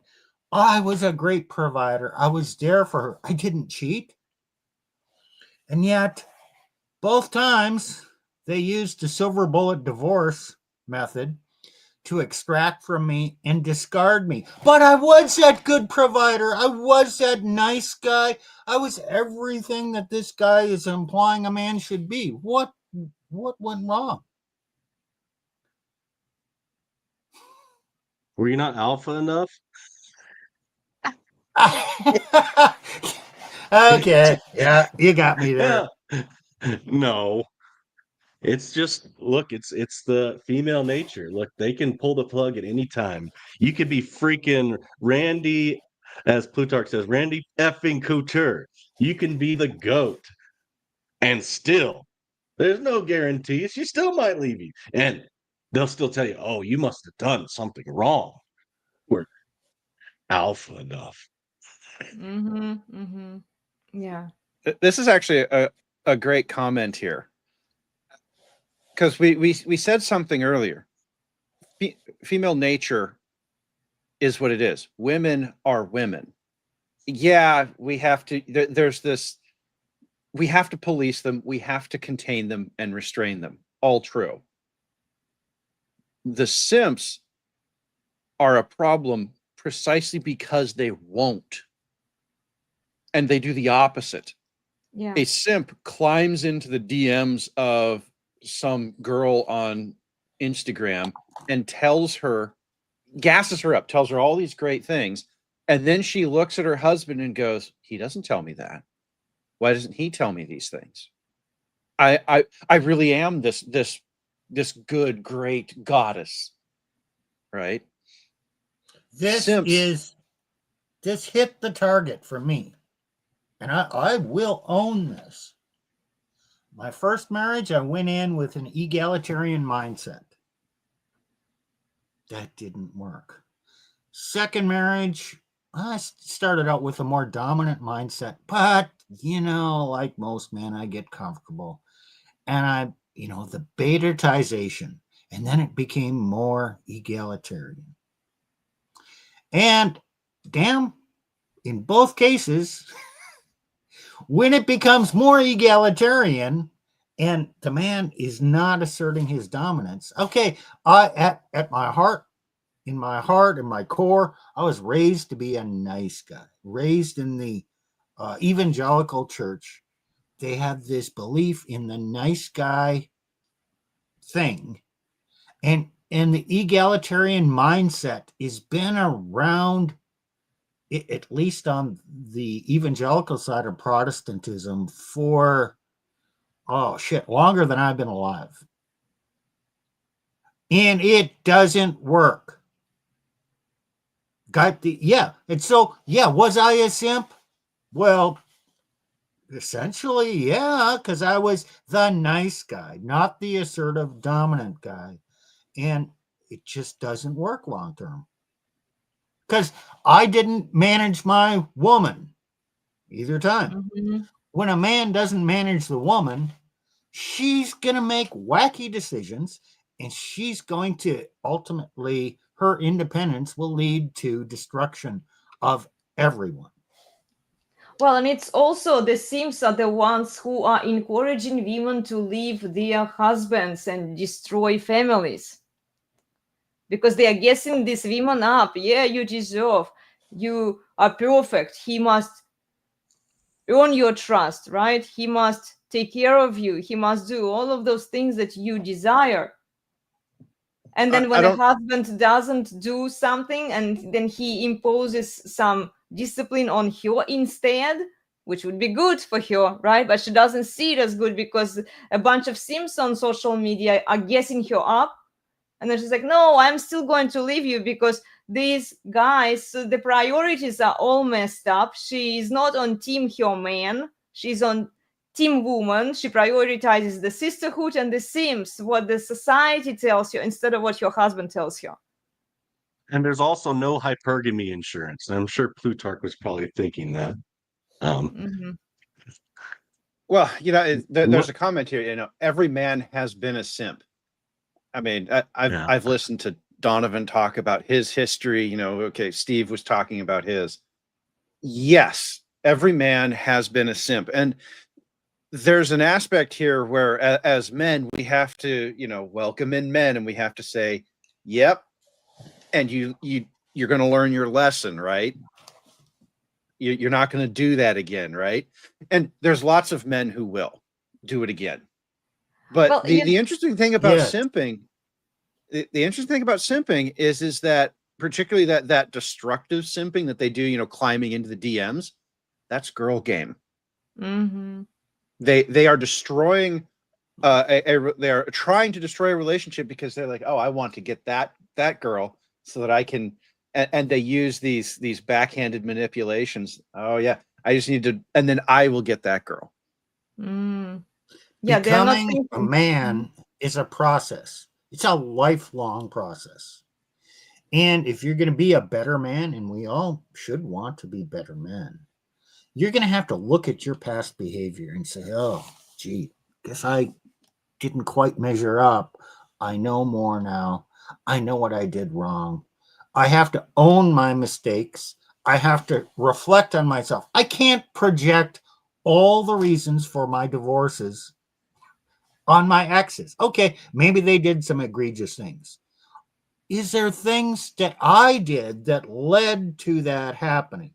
What part of that do I have to own to not create the same thing in the future? Oh, gee, I guess I just married the wrong woman. Now I need to go out and find the right woman. I don't have to change. I just have to change my choice. Yeah, that's a recipe for disaster. You got to own your failures. Yeah, and to clarify, guys, I did say previously that I hate Sims. I didn't mean that I hate the guys who are actually coming to the red pill and facing the truth and accepting the reality. I mean, like these guys that we just watched today, who might be even red pill aware, you know, but they are propagating this bullshit and they are not willing to challenge their ideas, you know.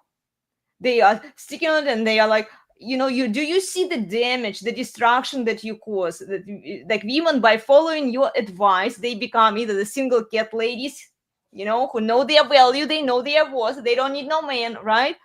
And then men get divorce raped in the divorce courts. Like that complete lack of like accountability for your own advice that you give to people, just to connect like the data, right? What statistics says, what actually happens in the world when people follow your advice. These are the Sims that I really, really don't like. Well, there's simps that are playing sneaky fucker game. There's, you know, there's simps that are just, frankly, they just want to get their rocks off. You know, there are lots of contemptible simps out there. Mm-hmm. But a reformed simp, you know, like the guys in the chat here, these are men who should be elevated, their stories told, you know, so that other men can learn from them. Because, you know, we were talking earlier about the high school kids. Those kids are watching this stuff and they're learning and they're going, well, that didn't work for anybody. You see, that's the thing about men. Men can learn from the mistakes of other men.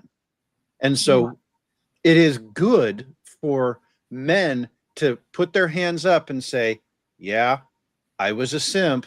Here's what I did. Here's how it wrecked my life. So that other men can say, yep, I'm not going to do that. The more men who say, I'm not going to do that, the better. There are men out there. This comes from the pickup artist world. There are the naturals who just know what to do and they get women. It just happens. They're a natural. And then there are the men who had to learn the skills to know how to manage women. Now, okay, I'm not promoting pickup artists. I'm just saying, okay, it's the same thing here. There are the natural alpha dominant men. And then there are the guys who've had to learn it the hard way by acknowledging what failures they had and becoming the man a better man.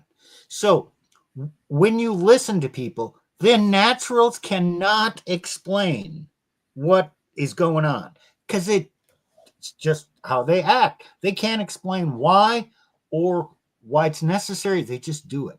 If you want to learn, you have to learn from a former guy who did everything wrong and got destroyed and then has learned the lessons the hard way, because then he can explain why he was wrong then, why through suffering he arrived at the truth, and why it's important.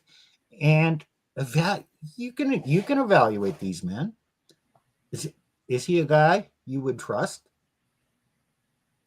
Does he lead a good life? Okay, would you if you were in a war, would you want this guy standing next to you in the foxhole to have your back? Okay, well, you know what? He probably had some failures in the past, but all men have failures in life. And Yeah. the strongest men are the ones who say, yep, I was a complete fuck up, or I screwed that one up. Then I had to learn, get my shit together, and now this is who I am. So you can take it or leave it. Yeah. Yeah. And don't listen to the church simps. Oh, They will yes. tear your ass down. Like former pastor here speaking. Look, a lot of these pastors and elders in the church, they will tell you, oh, you just need to love, you need to sacrifice more. Yeah, you need to protect and provide. Yeah, we get that. But they actually will fast track, in many cases, your divorce. They will fast track your relationship destruction by turning you into a simp and removing your authority over your wife and household by adopting these kind of blue-pilled simp practices. So there's a few good ones out there, but on the whole, steer clear of the church marital counseling, steer clear of the elders and pastors trying to get into your relationship, especially if it's on the rocks. They're going to, a lot of times, help her leave, give her more reasons to leave. And in practice, she will resent you more because you don't have authority over your home and you've given it up, and she's actually looking to other men. You've proven that you're not a man, and that you've basically given up your manhood to the church sims. There's some anecdotal information, because I follow a lot of things on the internet. Post-divorce, women generally go into a party phase, or they monkey branch or whatever. They generally, if they divorce from a simp, they generally look for alpha men and kind of make the rounds. And actually, a lot of divorced women participate in or gravitate towards the BDSM scene for a while. So I've heard. Now, I don't know if this is a high percentage, but it's a trend that happens. When a woman divorces a man she doesn't respect, she automatically starts looking for more dominant behavior, and she will dabble in things and explore new experiences that you think women are more pure-minded than men? Get a clue. They're not. But Steve, didn't you see Anita's episodes? How she believes that she is so purified, and she manifested her virginity. Yeah, okay. She can superficially believe it, but doesn't make it true. I know. Okay, guys, let's watch a couple more videos here. Oh gosh, I'm afraid again to. And she did it again anyway. Okay, Plutarch, are women capable of learning Sorry, guys. from their mistakes? They are Are so. women capable? Well, I don't know. This one's not doing a very good job right now. They are Hey, so close to each other. I'm sorry. I'm just Okay, confusing them. gentlemen, this woman here does not understand the concept of closing a tab, and so what's happening is she keeps hitting the X. That's the two windows are next to each other. And she keeps hitting the Yes, wrong one. I. Okay, it's okay to close tabs. I'm just saying. Okay, well, Hey. then which? I'm back. You're back, Donovan. Yes. Oh yes, yes. yeah. Yep. Awesome. It took exactly an hour to get done what I needed to get done. So yeah, let's keep going. Great. Awesome. Well, I'm sure that let me quickly share this guy again. You know this popular simp, right, Donovan? Oh yeah, I've seen this dude before. You've seen this guy. Okay, now I'm really scared of pressing the wrong button, darling. Hold on. I keep kicking myself out, Donovan, from the live stream. Oh, okay. I was wondering. I had you guys up on my iPad, and every once in a while I would look. It's only 4. I'm like, okay, where's? Oh, no, there she. Oh, no, she disappeared again. Yeah, I'm clicking the wrong button. She knows almost nothing about computers. Yes, guys, I'm sorry. That's all right. It's fine. Ali Wong signed a prenup in which the husband's income and property and everything he earned remained his. She said that motivated her for her career because at that time she had nothing and she had no career. And surprise, she got to be very famous and successful. She's getting a divorce, he's getting nothing, and she's keeping absolutely everything. He had no idea what kind of a rocket ship she was going to be. Ali Wong signed a prenup in which... Well, okay, this is the female lawyer. She's based in Miami, I think. And it's so funny how she's characterizing this woman getting a divorce as a W, right? He had no idea what a rocket ship she would be. And by the way, the good news is she's getting a divorce and the husband is getting absolutely nothing. Ali Wong is 43 years old. It's over. It's over. She is not going to be able to get with the kind of man she wants to get with. So bravo to Ali Wong. Bravo.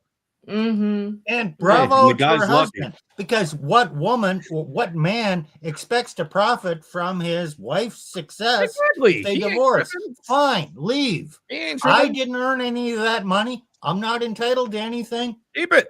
I'm not worried. well, And the interesting thing is they expected Ali Wong's, I guess, soon to be ex-husband to raise a stink and bitch and moan about the fact that he's not getting any spousal stuff. He doesn't care. You want to know why? Because he's a man. And the reason why this lawyer said, well, he had no idea that she was going to be a rocket ship. No, he didn't. But he didn't think he didn't think he was going to get anything from the divorce. No, that's what women think. If a woman gets with a man and all of a sudden he's on the rocket ship to the moon, he divorces her and she gets nothing. Now women bitch and moan. But when a woman does it to a man, well, it's good that he gets. We don't give a shit. Hey, you made your career, you did your money, you're a female comedian. Good luck with that. Mackenzie Bezos. That's all I'm going to say. Yep, absolutely. Yep. But most women become millionaires through divorce and the lottery. That's just all there is to it. I think every female billionaire except one is they either get it through divorce or through inheritance. Yep, there you go. From That's their exactly right. fathers or from their husbands. Yeah. There you go. That's all right. Ex-husbands. Yeah. Ex-husbands, right. Yeah, there you go. Well, there are more videos. There was another lawyer. Okay, let's check a few lawyer videos because we did talk about a few simps. And okay, I'm just trying to find how to keep your friends during divorce. Okay, let's watch this one. How to keep your friends during and after the divorce. Make sure that you don't say bad things about your ex. If you are not trying to get your friends on your side to hate your spouse, you are more likely to keep the friends that you have. There is nothing that people hate more when one person wants them to side with them and they say all these bad things. They cut you off. If you want to keep your marital friends, make sure that you don't unload all these bad things about your soon-to-be ex. How to keep your friends during and after the divorce. Well, and Okay. some of your advice is not necessarily Look, bad. I look. would say. What are Mhm. friends for? Fuck that shit. If you're going through hell, and they want to kick you to the curb, fuck them. Fuck them. They're not friends. Yeah, if a man He- has real friends, you know, Yeah. this isn't to say you got to air out, because listen, we've all seen, you know, messy divorces where Mhm. a lot of times and you know, couples that are married, they often make other marital friends, and then when there's a divorce, the husband or the wife or the husband and the wife, they want the friends to take sides. And I've been in that position before, and it does suck. So Well, and also But here's it what all happens: the woman divorcing does air her dirty laundry, and the man, in general, tries to take the high road and not Yep. trash her. 100%. And people, in general, buy into the narrative. She's saying he's a bad man. He did this, that. He had these inclinations toward the children. Oh, okay. He didn't stand up for himself. He loses every fucking time because Yep. people buy into the narrative. So her advice is advice for women. It really Mhm. doesn't matter for the man. He fucking loses every time. Yeah, that's true. And plus, if you're a man and you have the type of friends that you're supposed to have as a man, they're not going to force you to take sides anyway. Number one. Number two, they will let you vent about your impending divorce and not judge you and talk shit to other people. So I'll agree on that end as well. Yeah. Yeah, what happened Yeah. to me, I was a pastor. Guess what happened to all my friends? Without even hearing my side of the story. Oh, you did this wrong. Oh, you did that wrong. That's why she's leaving you. You're just you got too much into patriarchy. You forgot the gospel. How about fuck you? How are you my friend when I have all these false accusations? I get my ass thrown in jail for shit I didn't do when I was getting beaten. And she takes my kids 1,000 miles away. Yeah, my story is unpearled. Pastor 7 loses custody. You can check it out there. Oh, My that's best- I've seen. Yes, I knew you sound. Yeah. You didn't look. You sounded familiar. Okay, now I know who you are. Yeah. So how about these were like my best friends? And are they my best friends anymore? Hell no. Fuck you. Mhm. Yeah. And also, what she says is normalizing the idea of divorce. Okay, you just stay quiet, you don't talk about um, your ex-husband in a bad way. Let the society to figure it out for themselves, right? And then, of course, how is society going to figure it out? They're going to side with the woman in most cases. Yeah, that's very true. And you know, it's interesting how to keep your marital friends during a divorce. This also normalizes divorce, right? It is exactly. So it really is a lose-lose situation. And by the way, Nick, you swore a lot, my friend. That's very unchristlike. I couldn't keep Yeah. it straight. I couldn't keep it straight. Hey. I was going to say, Look. shame on you, sir. That is very unchristlike to swear. You know what? Fuck them. We swear a lot. I shouldn't be doing it, but damn, you betray me like that shit. Fuck you. Yeah, no, I'm with you. Yeah, like, Hey, We try, men have we try to be civilized here on your show, Don. hey, men hey, have you are- passion and conviction about things. that's Uh, right. Being a Christian is not being a Puritan and saying, "Oh, I never do anything like that." Come on, get real. Your relationship with God does not depend on that. Now, you know what? Oh, man. Nick may curse, but he does not take the Lord's name in vain. Yeah, Don't that's do actually that. I do quite a bit, so I'm casting stones from a. Well, and then I, also, it was a good discussion. Thanks for bringing it up, Donovan. Hey, no problem. Just trying to keep the checks and balances here. what really fascinates me is this women who say, "Oh, you are not supposed to swear as a Christian woman," and I often swear in my videos too. And then they say, "Well, they try to tone police me," I'm like, well, but at least I'm not behaving like a public whore, you know. So, Yeah. Yeah, tone police that, biatch. Well, okay. I swear a lot too in private and in public. So she picked that No, up I from do. me. yeah, I remember before we met, I wasn't actually swearing. Oh yeah, no, I Oh, bad corrupted her. influence. Bad influence. Yeah. Well, okay, let's watch a few more videos here. Okie dokie. I want to show you this Chinese or Asian lawyer. Exit tax on divorce, or who should you take marriage advice from? Oh my god. Oh, which one do you want to start with, Non? I'll let you decide. Let's go with the Asian lady.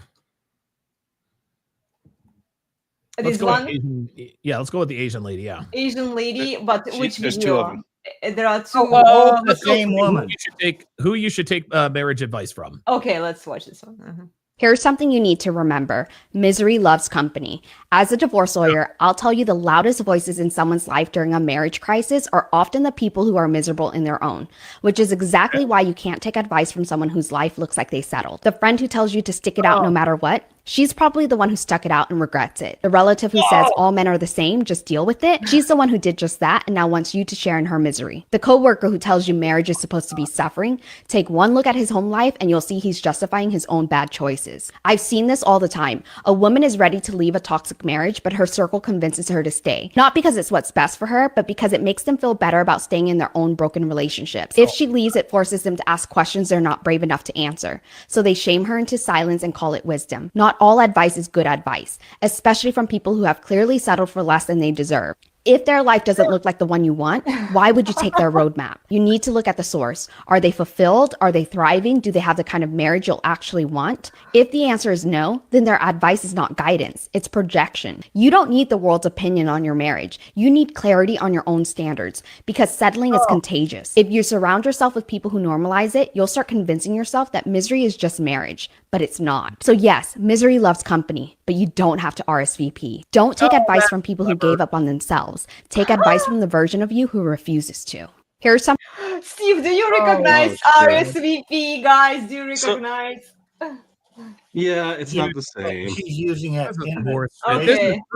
Okay. This is absolute horseshit advice, because the underlying message is don't settle. Guys, let me let you in on a little secret. Marriage is not about happiness. Fuck your happiness. Marriage is about duty and honor. It's not because again, like we said earlier, happiness is a fleeting feeling. That's what this woman is essentially saying.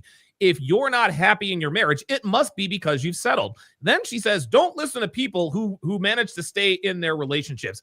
She is literally advising women who are in marriages that are successful, and she's characterizing them as unsuccessful. Lady, are you in these people's marriages who are encouraging the woman to stay in her marriage? Just because a woman tells you to stick it out doesn't mean that she regrets sticking it out. What the hell kind of relationship advice is that? Oh my God. This is why dating and relationships are in the shit, man. Incredible. Notice there's no talk about the vows. There's no talk about upholding your word, your vows. Oh, those don't mean shit, apparently. Nope. In We're reality, working they on don't. repairing what is wrong instead of just, fucking broke, walk away, get a new one. Nope. There's no sense of, let's try and work on things. No, she's not saying that. Nope. She's saying if you don't feel happy, if you don't feel fulfilled, if you don't feel, then you must have settled. And any woman who gives you the good and sound advice to stick it out through the bad times, well, they must be miserable and they're regretting sticking it out. Oh my God, that is absolutely crazy. Well, and this is how you know she's a single cat lady herself who pushes this agenda on other women, because misery loves company. Misery loves company. There it is. I'm sorry. There is not a woman over the age of 30 who is single and quote unquote dating, which means they're fucking random dudes, who isn't miserable. Like, they're all miserable. And they try to say, I'm this boss babe and my life is this. No, women are miserable because the most important time in a woman's life is who she sleeps in bed with. Okay, yeah, she might be out there getting raw dogged by Dirty Dick Rodney. She might be out at the club getting attention from guys. She might be getting Instagram DMs from this guy and that guy. But at the end of the day, man, women, the interesting thing is that the more bodies a woman acquires as a woman, the lonelier she becomes. And that is with or without somebody in bed with her. And we know that we all know that these sluts sleep by themselves more times than not. It is what it is, man. Yeah. Well, let's watch a few more. Let me click on the right page now. My God, look at the comments. Facts, fire, blah blah blah blah blah. I know, all from women. Yep, absolutely. Okay, let's watch this one. Exit tax on divorce. She's the type of divorce lawyers who teaches women how to do the silver bullet divorce. Oh, okay. Nothing in life is free, including your freedom. And when it comes to a divorce, there is an exit tax on your freedom. Expect it. As a divorce lawyer, I remind my clients of this all the time. Leaving a marriage, leaving a toxic situation, leaving anything that once defined your life will always cost you something. The question is not whether there's a price. The question is whether the price is worth paying. People are shocked when they realize that freedom isn't free. You may lose money, you may lose time, you may lose friends, family connections, even the version of yourself you thought you were. Staying in the wrong relationship costs you more. It costs your peace, it costs your health, it costs your future.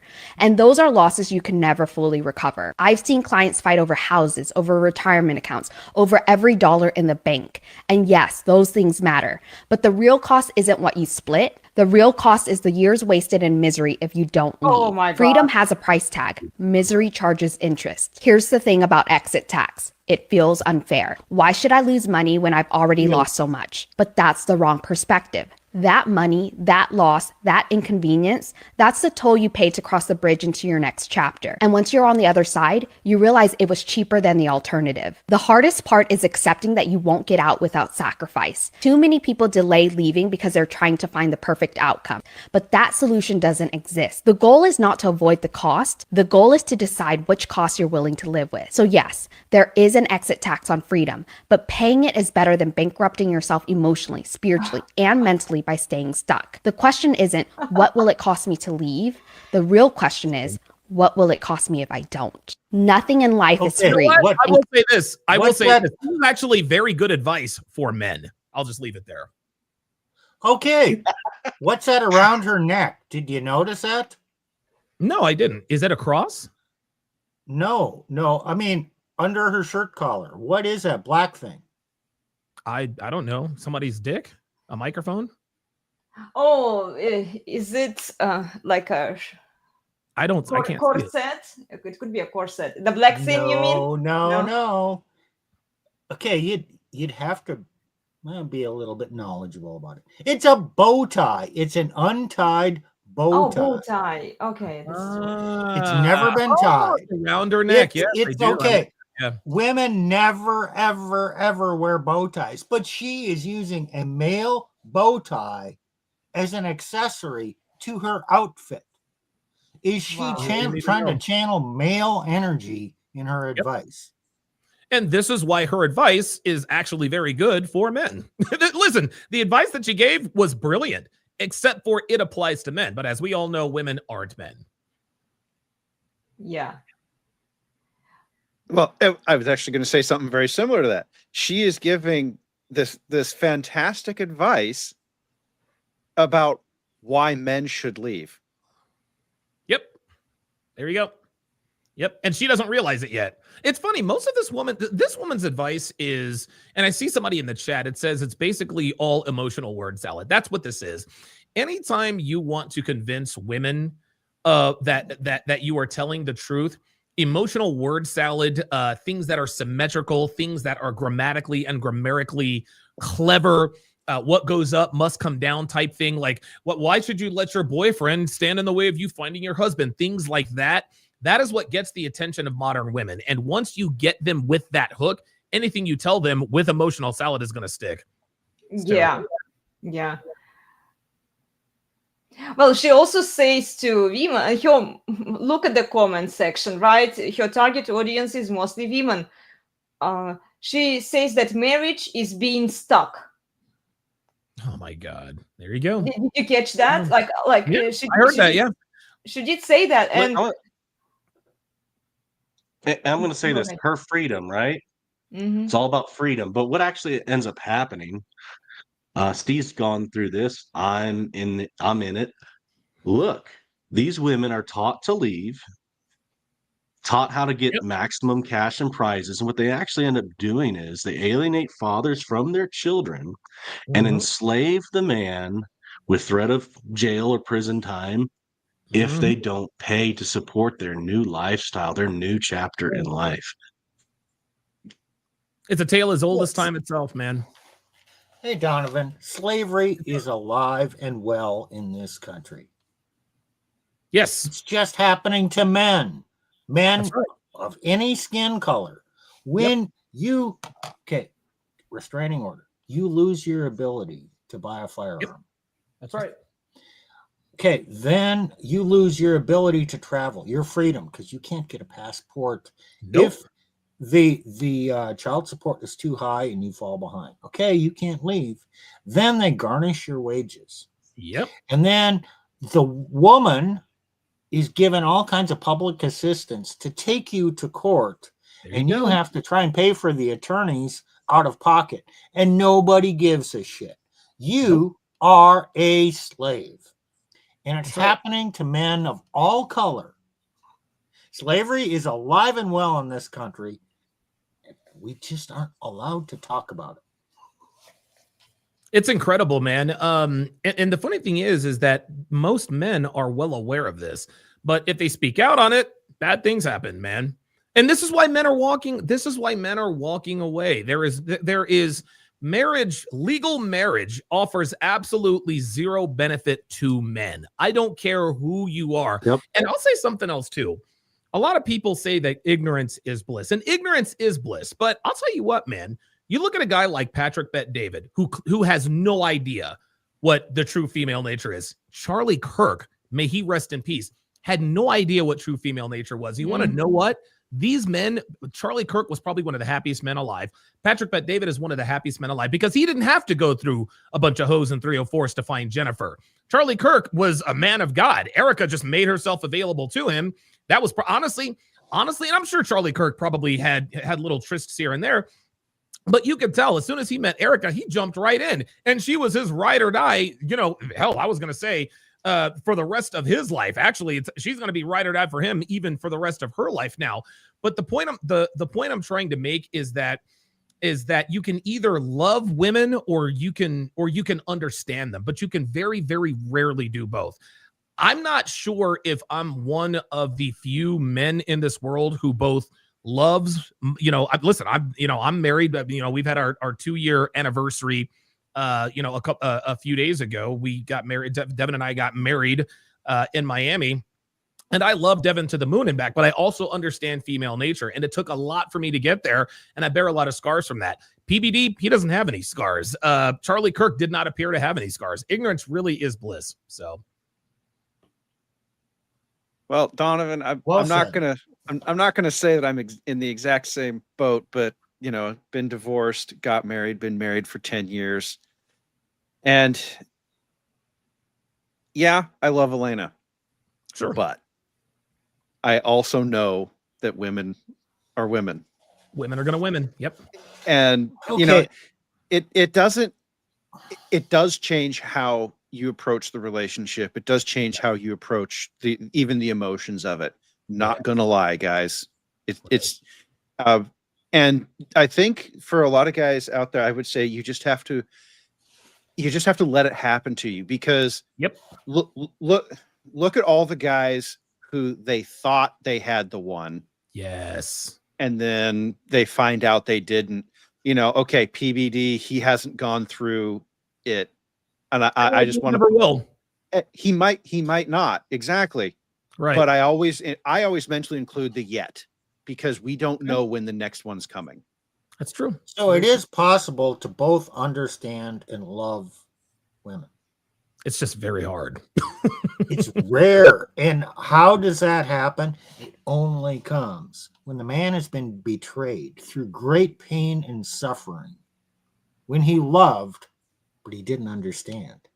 And Right. now he understands the nature, yet he still chooses Yes. to bind to that woman and love her.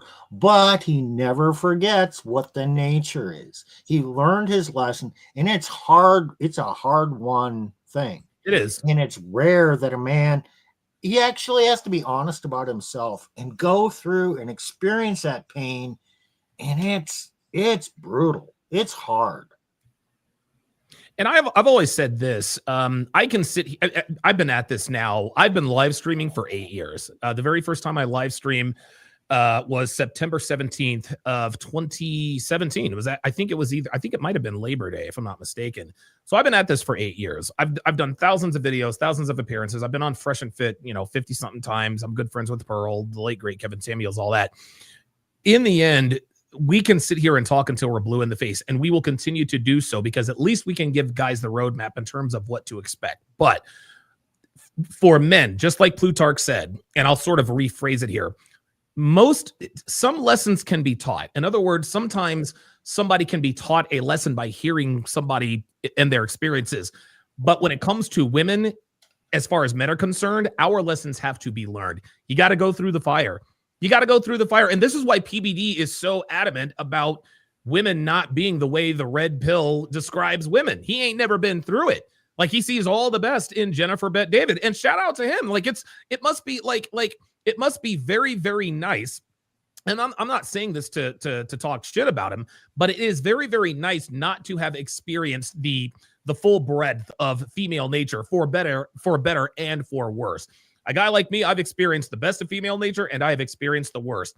And Plutarch, something that you said earlier, is that you have to change. Being red-pilled and understanding female nature changes the way you enter a relationship emotionally. And people ask me all the time, well, Donovan, do you trust Devin? My answer is always, I trust Devin to be a woman. And when they ask me, do you trust Devin? What they mean is, do you trust her not to fuck the hot pool boy when he comes in and cleans our pool? What you mean is, if Devin goes to a bachelorette party, is she not? No, of course she's going to fuck the pool boy. Of course she's going to do something if she has the chance. And it has nothing to do with me. It's not personal. It just is. And so it is my job as a man and as a leader of a relationship to make sure that Devin understands that she is prohibited from engaging in activities that put our relationship at risk. And here's one last thing. You guys have to understand that, and I'm sure Plutarch loves Elena, and Elena loves Plutarch. Guess what? Devin and I love each other to the moon and back. When we're out and about, I'm sure she sees men that she's sexually attracted to. I know I see women that I'm sexually attracted to. So you need to understand, but the difference between a woman who truly loves her man and a woman who does not is the woman won't open up that opportunity, right? Yeah. Just because a woman finds a man attractive doesn't make her a hoe. Putting herself in position to be noticed by that man, that's what makes her a hoe. So just like we were talking about earlier, you can either love women or you can understand them. I understand women, and I'm only going to run my relationship in one way. There is one woman thus far who has more or less, gone through the gauntlet with me. No, Devin is not perfect, but she is mine. I trained her to be the woman that she is today. But if she were to ever, get off the rails or get off track, she understands that life is going to be very difficult for her. Not financially, right? But emotionally. I mean, the woman is damn near 50, so am I. But if we were to break up today, who's going to have if Devin and I were to break up today, right? Listen, you guys know what she looks like. Very attractive woman. I'm sure she would get she'd have more sexual opportunities than I did. And I'm Donovan fucking Sharp. That's just how it is. But in the end, I may have lost the battle, but men, we always win the war. Don't pick a woman for her absolute beauty either. No. No. Devin is not the absolute beauty. She's a good woman. Yeah, she's a good woman. She's a 6. Okay, you can call her a mid. Okay, fine. But it's her attitude. It's who she is as a person. And really, that's what men want. She's not a high maintenance woman. You find 8, 9, or 10. She's going to be high maintenance. You're a smart man. Say, nah, I'm not. She's going to be she's going to be proud of the fact that she's the high maintenance of an expensive Bentley than cheap maintenance Toyota. Well, the thing is, I've seen women say this things, you know? Yeah. Women love being, well, I need a man who can handle me. Well, okay, that's Mhm. fine. I'm just gonna let you do all that. But yeah, like when I was dating Devin, she was in direct competition with a 23-year-old. This girl was an absolute fucking smoke show. She was absolutely hot. She didn't have a chance against Devin, man. She never did. She never did, because Devin was so much better. And again, and Devin knew it. The girl, dude, hard 10, dude, beautiful Mexican girl, long black. Oh my God, she was incredible. Outside of sex, she was literally useless. She was literally useless. This is funny. I actually considered getting with her. And so I said, okay, maybe she can learn to cook. I spent $350 on cooking classes. It made absolutely zero difference. That right there told me, okay, yeah, it's time to go with the woman that is going to benefit my life more than the woman who is going to make my life difficult. So that's how it goes, man. So yeah, dude, Sandman, you're 100% right. And it's very, very difficult to follow that advice because attractive women are very enticing. But guys, in 2025, Right. the more sexual market value a woman has, the less relationship market value they tend to have. Well, also, Donovan, I wanted to bring up a point to see what you think about it. I think that when women actually want men to believe that men need sex because it's the only asset that they think they have, right? Yeah. And then if they convince men that, well, the only thing that we have to offer is the falsification bubble, right? Right. Then men become their slaves. The moment men fall under that trap that, okay, I need her for sex because like I can't let go. She's so beautiful, and I need the sex, you know. Okay, Elena's butchering an idea I had here. Yes, Ellen, So go for it. Yeah. the basic idea is that from a propaganda standpoint, if all I have to sell you is one thing, then the only tactic that I have is to convince you that one thing is everything that you need. Very good. Yes, that's exactly right. So if you were talking about that 23-year-old Mexican, right? Okay. Yep. All she had was sex, right? Literally. Okay. Okay. And so what do? They try to make that. You will hear women say men need sex. Right. Mhm. Okay. Men like sex. We need sex. We need sex to procreate. But every man I've known has gone for at least a decade without ever having sex, probably more. Right? We can live without it. I can't live without oxygen. I can't live without food and water. Absolutely. But I don't need your sex to live. Need it to procreate. That's true. So, but you will see, particularly feminists say, "Oh, well, men need sex," and they use it to denigrate men. But they're also trying to say, because Where else you now, gonna get it? well, yeah, exactly. Where else are you going to get it? And now they have the dominant position over the man because they now control access to that thing that he needs to live. Right. Exactly. Yeah. And this is why women are so against prostitution. Women don't like, dude, this is the reason why. And guys, I live in the state of Nevada.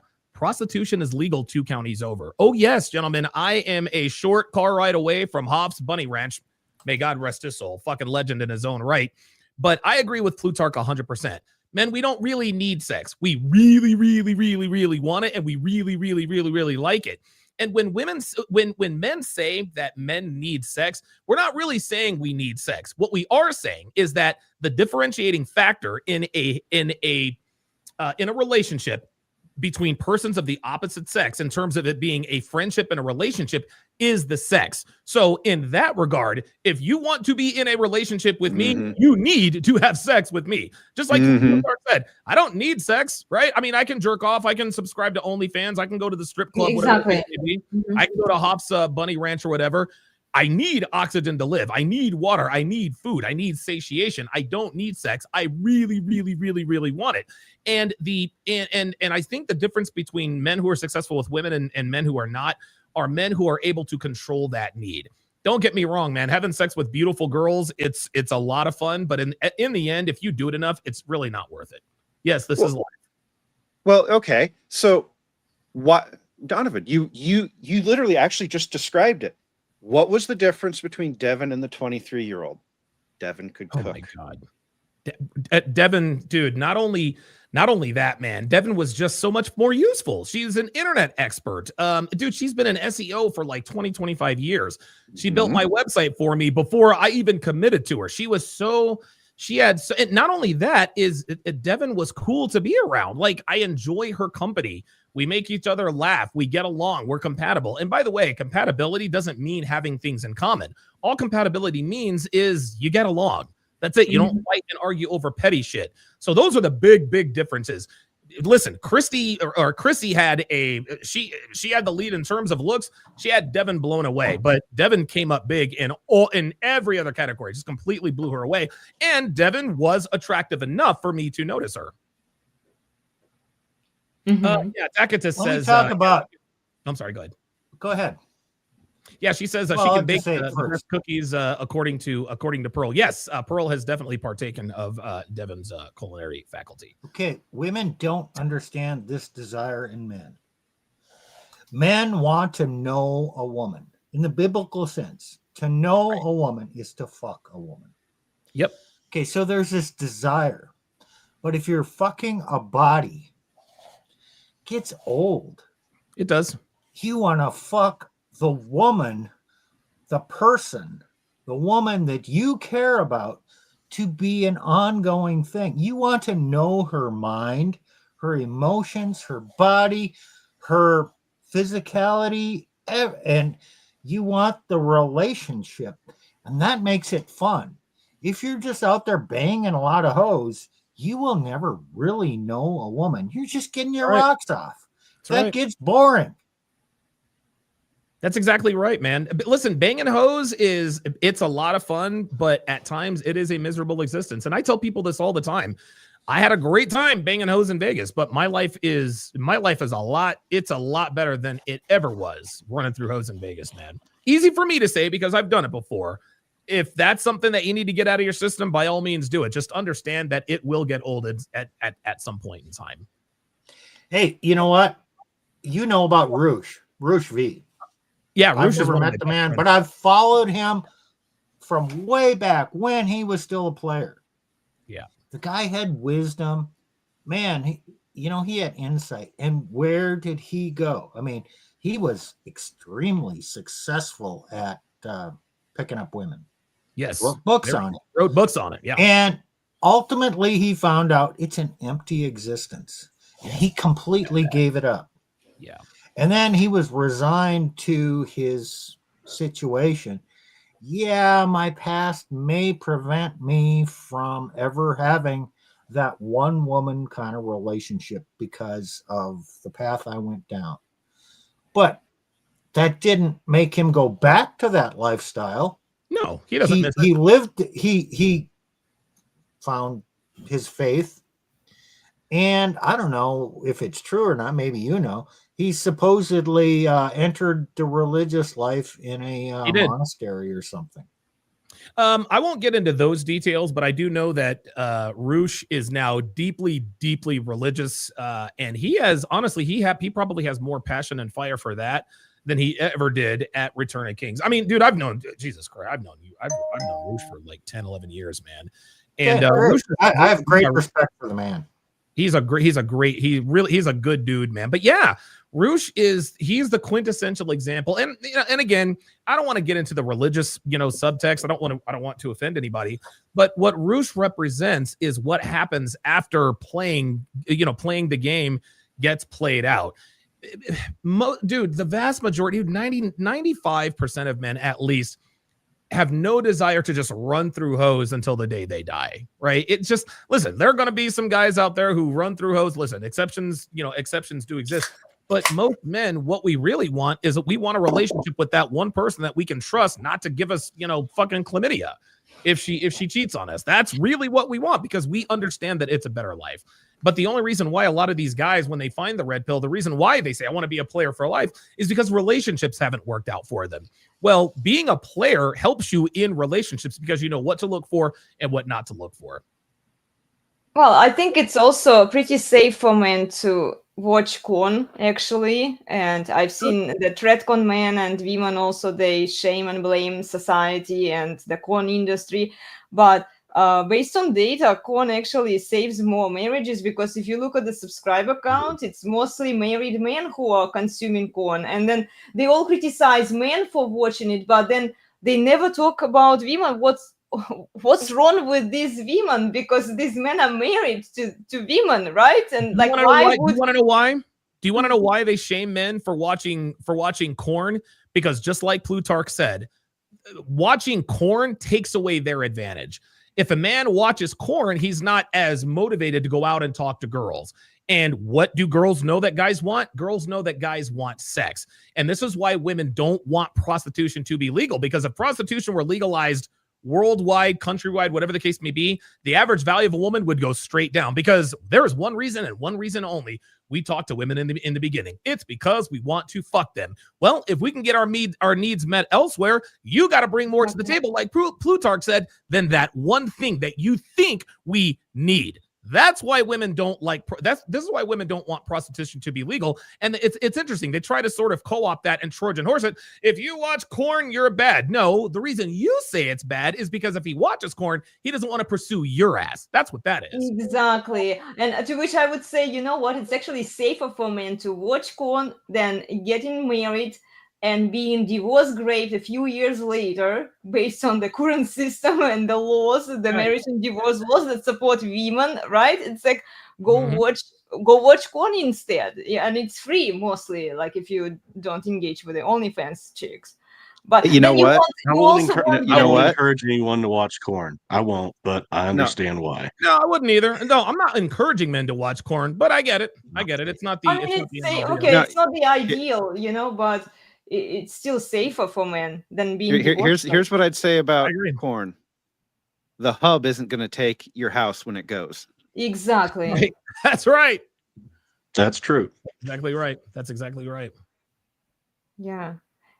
And then the kids also, the custody goes automatically to the mother. So men you have to be careful with that, because they will use the hub to take your kids from you. Yes, they will. My man. Oh my gosh! Yeah. That's going to give him. Yes, my husband is addicted to corn. I don't know.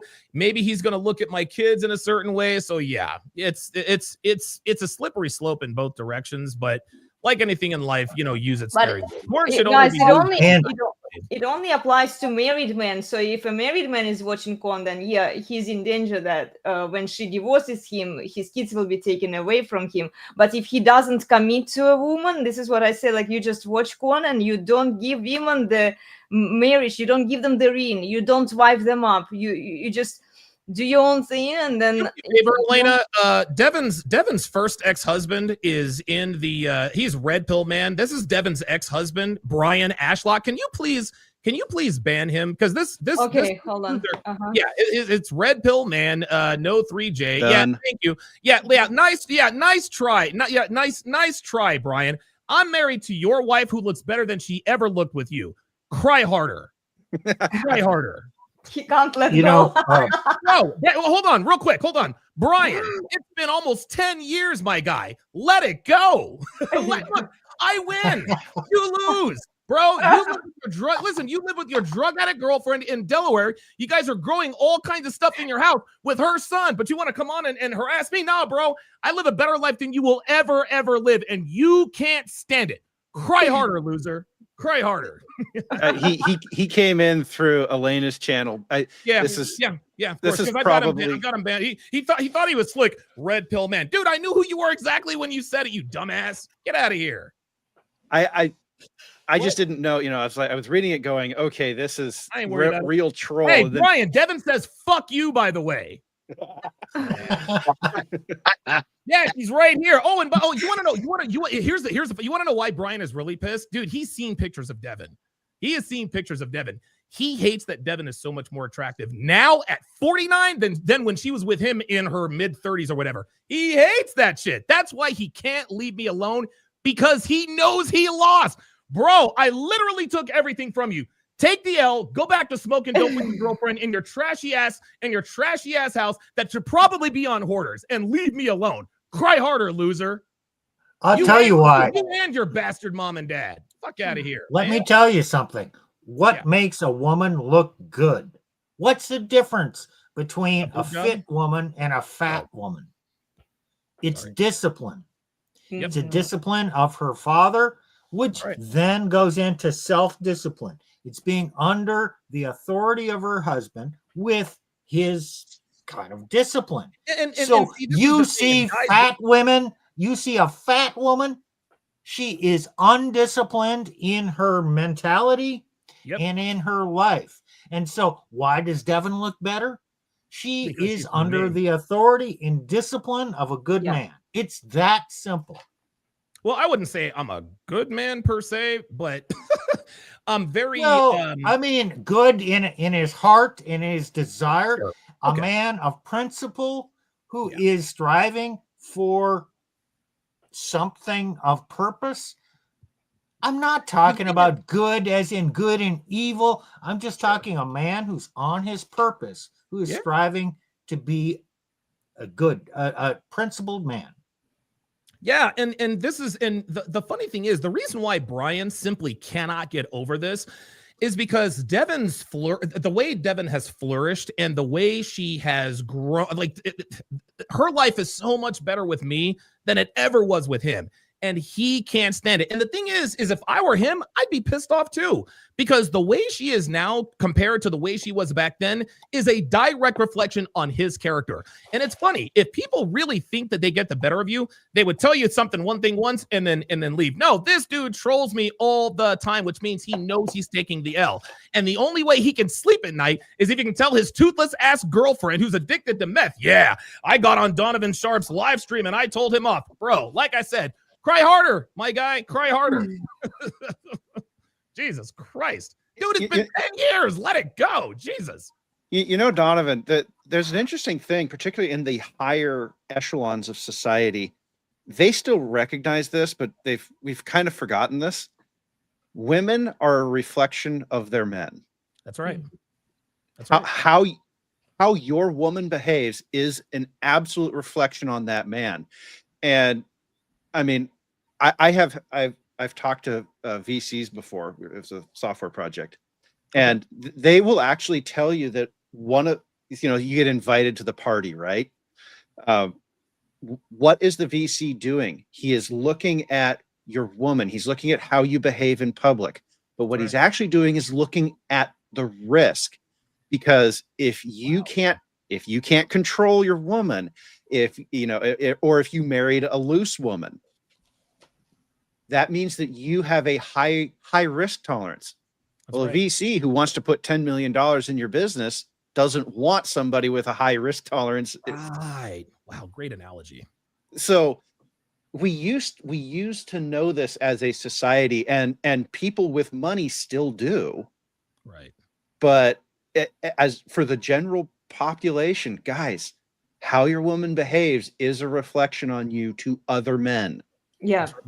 That's right. And I have made no bones about the fact that when I met Devin, she was an abject fucking disaster.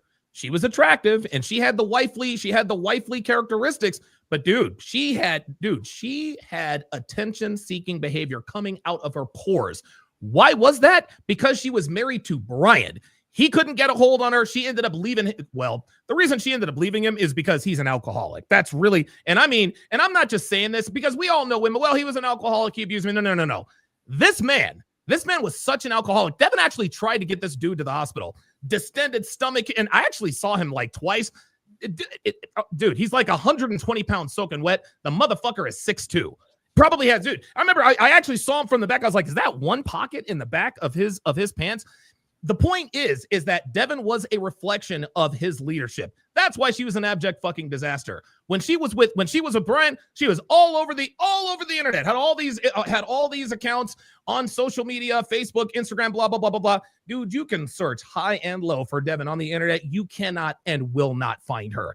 And so, and Brian knows the only way to get to her is to get to me. Again, dude, you lost. And this is the thing, man.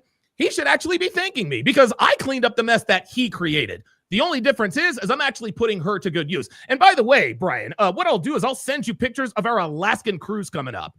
Troll that. I want to make a point here to other men because it relates to Donovan's story here. Yep. Don't go out there looking for the good woman, the perfect woman.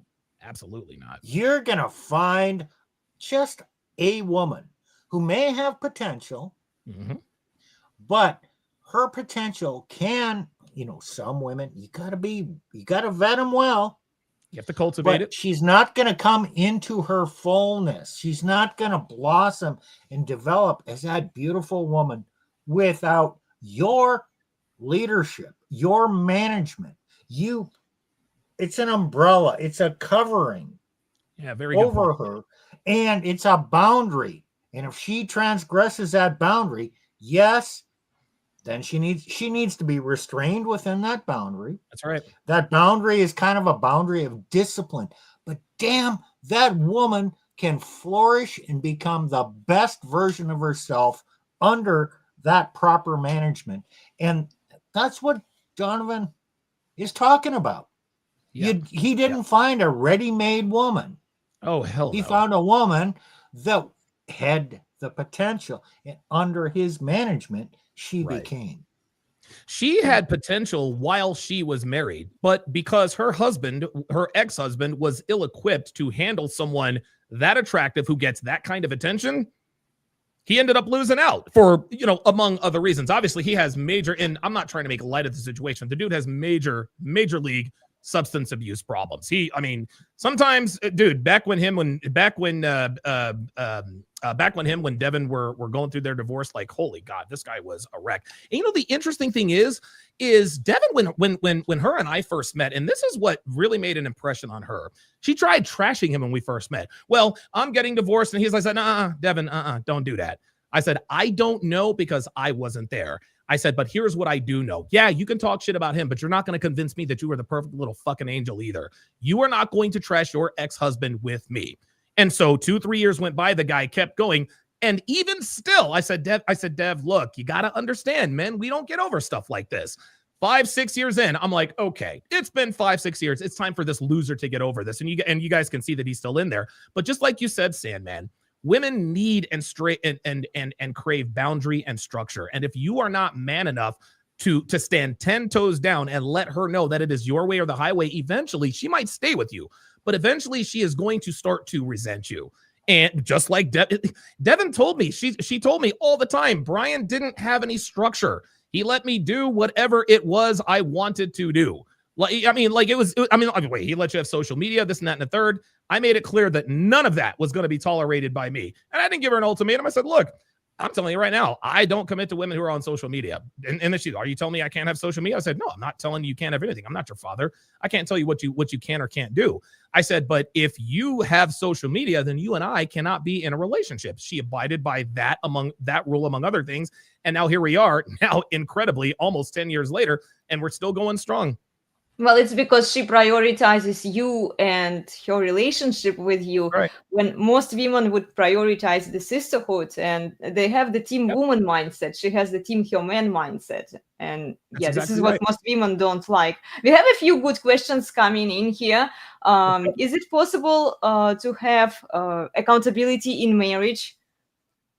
Put that up on the screen. Here. Mm-hmm. So I wonder if there's any form of accountability in marriage. In a good marriage, both people hold themselves accountable, but the woman is not supposed to hold the man accountable. Men, we hold ourselves accountable. Men, we hold ourselves accountable. Men, we also hold our women accountable. But if you as a man don't hold yourself accountable, then you do not have the authority to hold anyone accountable. So it starts with you. And I agree with Sandman when he said that earlier.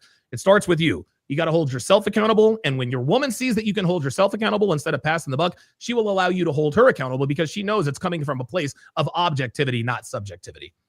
And what That about is the entirely Christian standpoint? because Really? men are the glory of God, Okay. woman is the glory of man. It implies the Wow. hierarchy. That makes perfect So, sense. Wow. Donovan, he says he's not a religious guy, but he just told you a religious truth here in practice. How about I mean, that? It's also Donovan natural order. is more Natural Christian order. guy than a lot of the guys you go to church with. I'll tell you that right Right. now.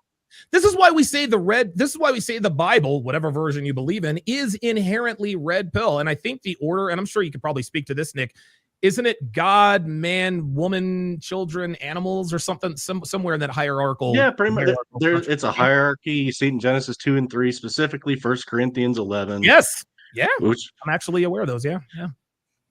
it's and by the way, in 1 Corinthians 11, what is the Apostle Paul? Where is he drawing this from? Is he drawing it from just God commands it? No, it's the it's natural common order. sense. This is the way the world was designed. Yes. Right. When people get mad at the red pill, we're just saying, look, this is just observable behavior. This is their biology. This is how the world works. I'm sorry if you don't like it. I think the red pill is unfiltered Christianity with a little swearing. Does that sound about right? Does that sound about right? You know what I'm saying? I mean, that's real, because all of the tenets that we teach here in this community are almost in lockstep with the Bible. The man is supposed to have dominion over all of the creatures on the earth, including your woman. The woman's there to be a helpmate. She's there to assist, blah, blah, blah, blah, blah. And I want to make one thing clear. In terms of value as people, men and women have the same inherent value human-wise. In other words, in terms of the art of creation, listen, the woman needs the man to procreate and the man needs the woman to procreate. Women need men to survive. Men need women to look after what he has done and given to her. That, to me, that is the perfect copacetic, well, not perfect, but that, to me, that's the copacetic relationship that all people should be striving for. The man provides, the woman nurtures, the man protects, the woman takes care of his brood, even with chores. Today, I'm going to mow the lawn. I'm going to put up our Halloween decorations. Devin's going to vacuum the floor. She's going to clean up all the pet messes. She's going to do the dishes. I handle all the chores on the outside of the house. She handles all the chores on the inside of the house. That's the way it's supposed to be. And I think that's the way it is in the Bible. This is why the Bible resonates with so many people. Because it channels into our natural instincts as people biologically. Okay. I work a job. I have a boss. I'm not equal to my boss. No. He has authority over me in the hierarchy. He tells me what to do, and I do it. Both of us have equal merit in the eyes of God, but there is a hierarchy. There is a hierarchy. That's Same thing with men and women. There is a hierarchy. Being underneath the authority of a man does not make you lesser. Just like I'm not a lesser man than my boss. That's right. It's just our roles. I think that when a woman here's the thing. A lot of women these days, they bastardize the word submission. When modern women characterize submission, they like to disingenuously characterize it as, a doting, dutiful wife, walking into the living room with a black eye, serving her man dinner. And, it's not cold enough, or I'm sorry, it's not hot enough. He's got no. All submission is simply relinquishing control. That's it. That's all submission is giving up control. As a man, you have to be trustworthy enough to be able to have that control relinquished to you. Most men don't have it. Very few men do. This doesn't mean that these men are any better than worse than men who don't have these traits. But this is why we're here, is to teach men, hey, this is what it takes to be successful with women. Unfortunately, we have a lot of men who have taken losses, like Brian formerly in the chat.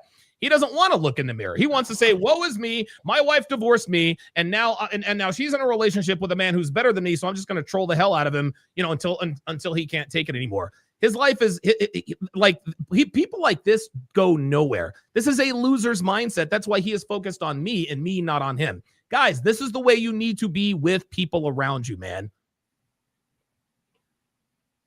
Hey, if somebody succeeds, be happy for it and move on. Well, listen.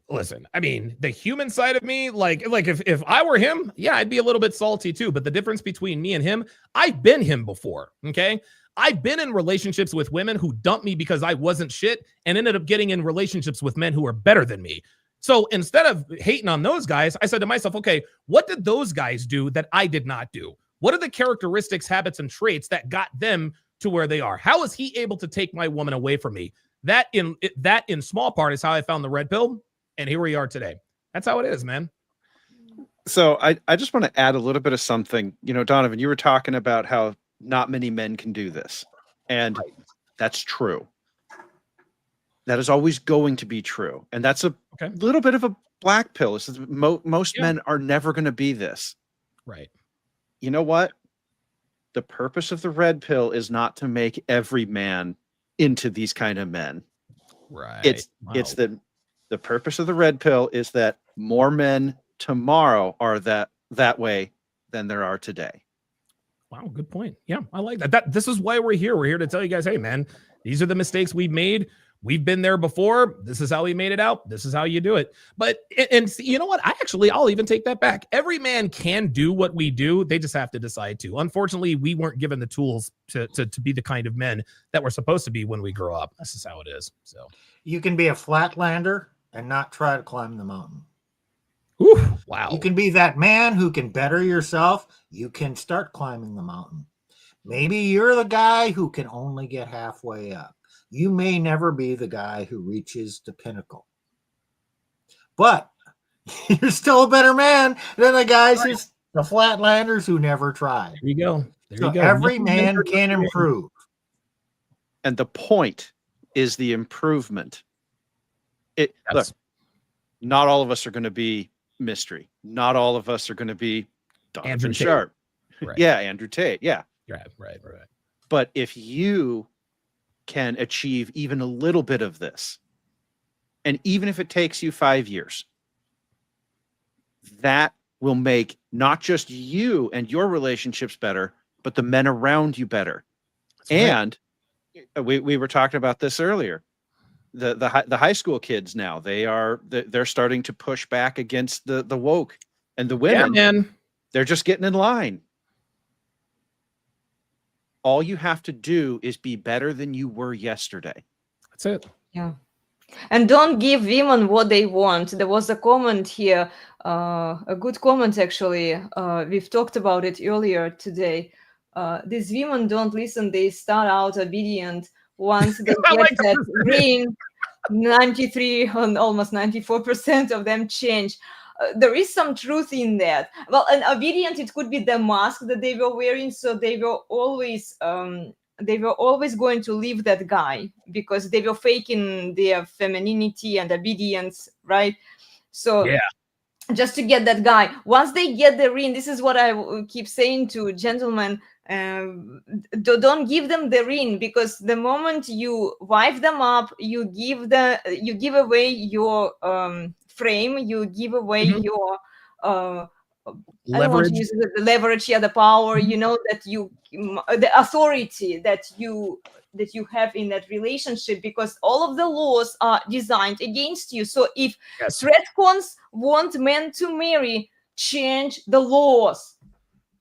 Okay, let me go into that. Okay.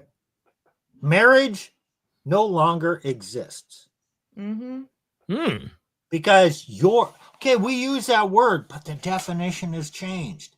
Historical marriage left the power in the hands of the man. And the men were created, have the nature to bear that authority in a fair manner. You change the laws, and now what we call marriage is a modern marriage. It's no longer marriage because you gave the power in the marriage to the woman through the civil courts. And Robert Louis Dabney, who is a favorite of Nick, he's a theologian, one of the highly respected men of the Civil War era. He said, he predicted where this was going to go, and if you do this, he called marriage a vagrant concubine. Vagrant concubinage. Modern marriage is a vagrant concubinage. That's what it is, man. Listen, women used to trade sex for marriage. Now they trade sex for everything but. It's the world we live in, man. It's the world we live in. So yeah, don't give them what they want. They want that commitment from you. Give them what they Uh, need. Yeah. Well, women want us men to behave like an old school marriage. Right. Yes. There were no marriage contracts. That's a relatively recent human invention. It started in the nobility and worked its way down into the peasantry probably about 200 years ago. It's new. Okay. Yeah. What it didn't used to be that way. And so the purpose of a contract is to have a third party in between two parties that enforces the terms of the contract. Okay. Yep, exactly. You can't have a marriage with a third party that's in between the two people, because that third party can be leveraged to do anything. Bingo. That's right. And now you see the state is being leveraged to destroy families. The way I see it, and this is, and again, I swear to God, I don't know, man, I might be coming, I feel myself getting closer and closer to coming back to religion, because it's just like you guys said, man, the mindset that guys like me have, we have a lot of parallels with religion. And so I said all that to say this: if you want to get married, if you think you have found the one, don't get married by the state, get married in the church. The church has nothing to do with this. Is why there was separation of church and state. If you get married in the church, you're not giving away your leverage, right? She can't get paid to leave because you're not legally obligated and tethered to the state. This is why and women, it's funny.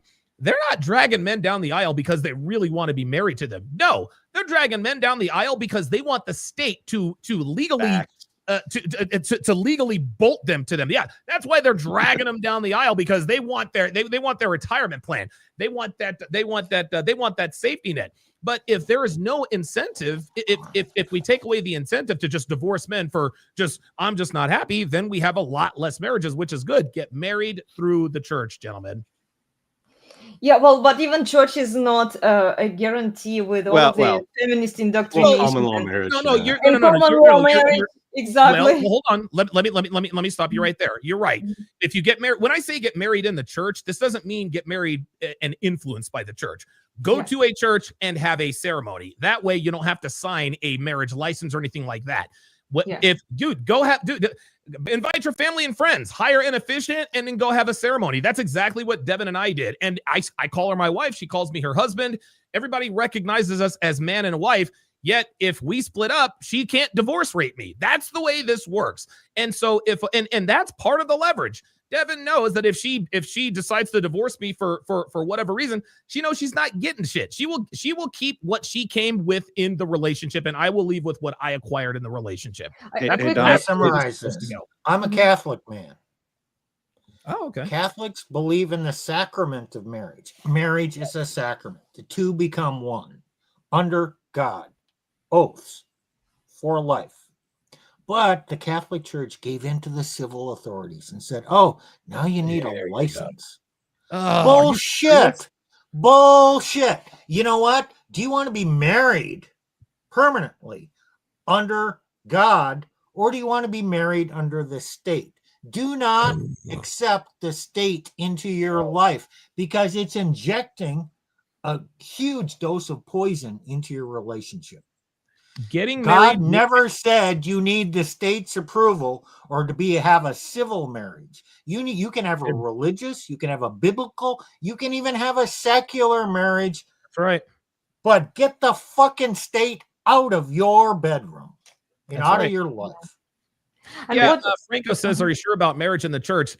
I mean, yeah. I mean, look, get married however you want. Get married in the church, have a secular marriage, have a ceremony. Just don't involve the state. Legend says the government needs to stay out of our relationships. And here's the thing, men, we feel that way. Women want the government involved in our relationships because they stand to gain something, cash and prizes. Should they? Why? I mean, why are we all?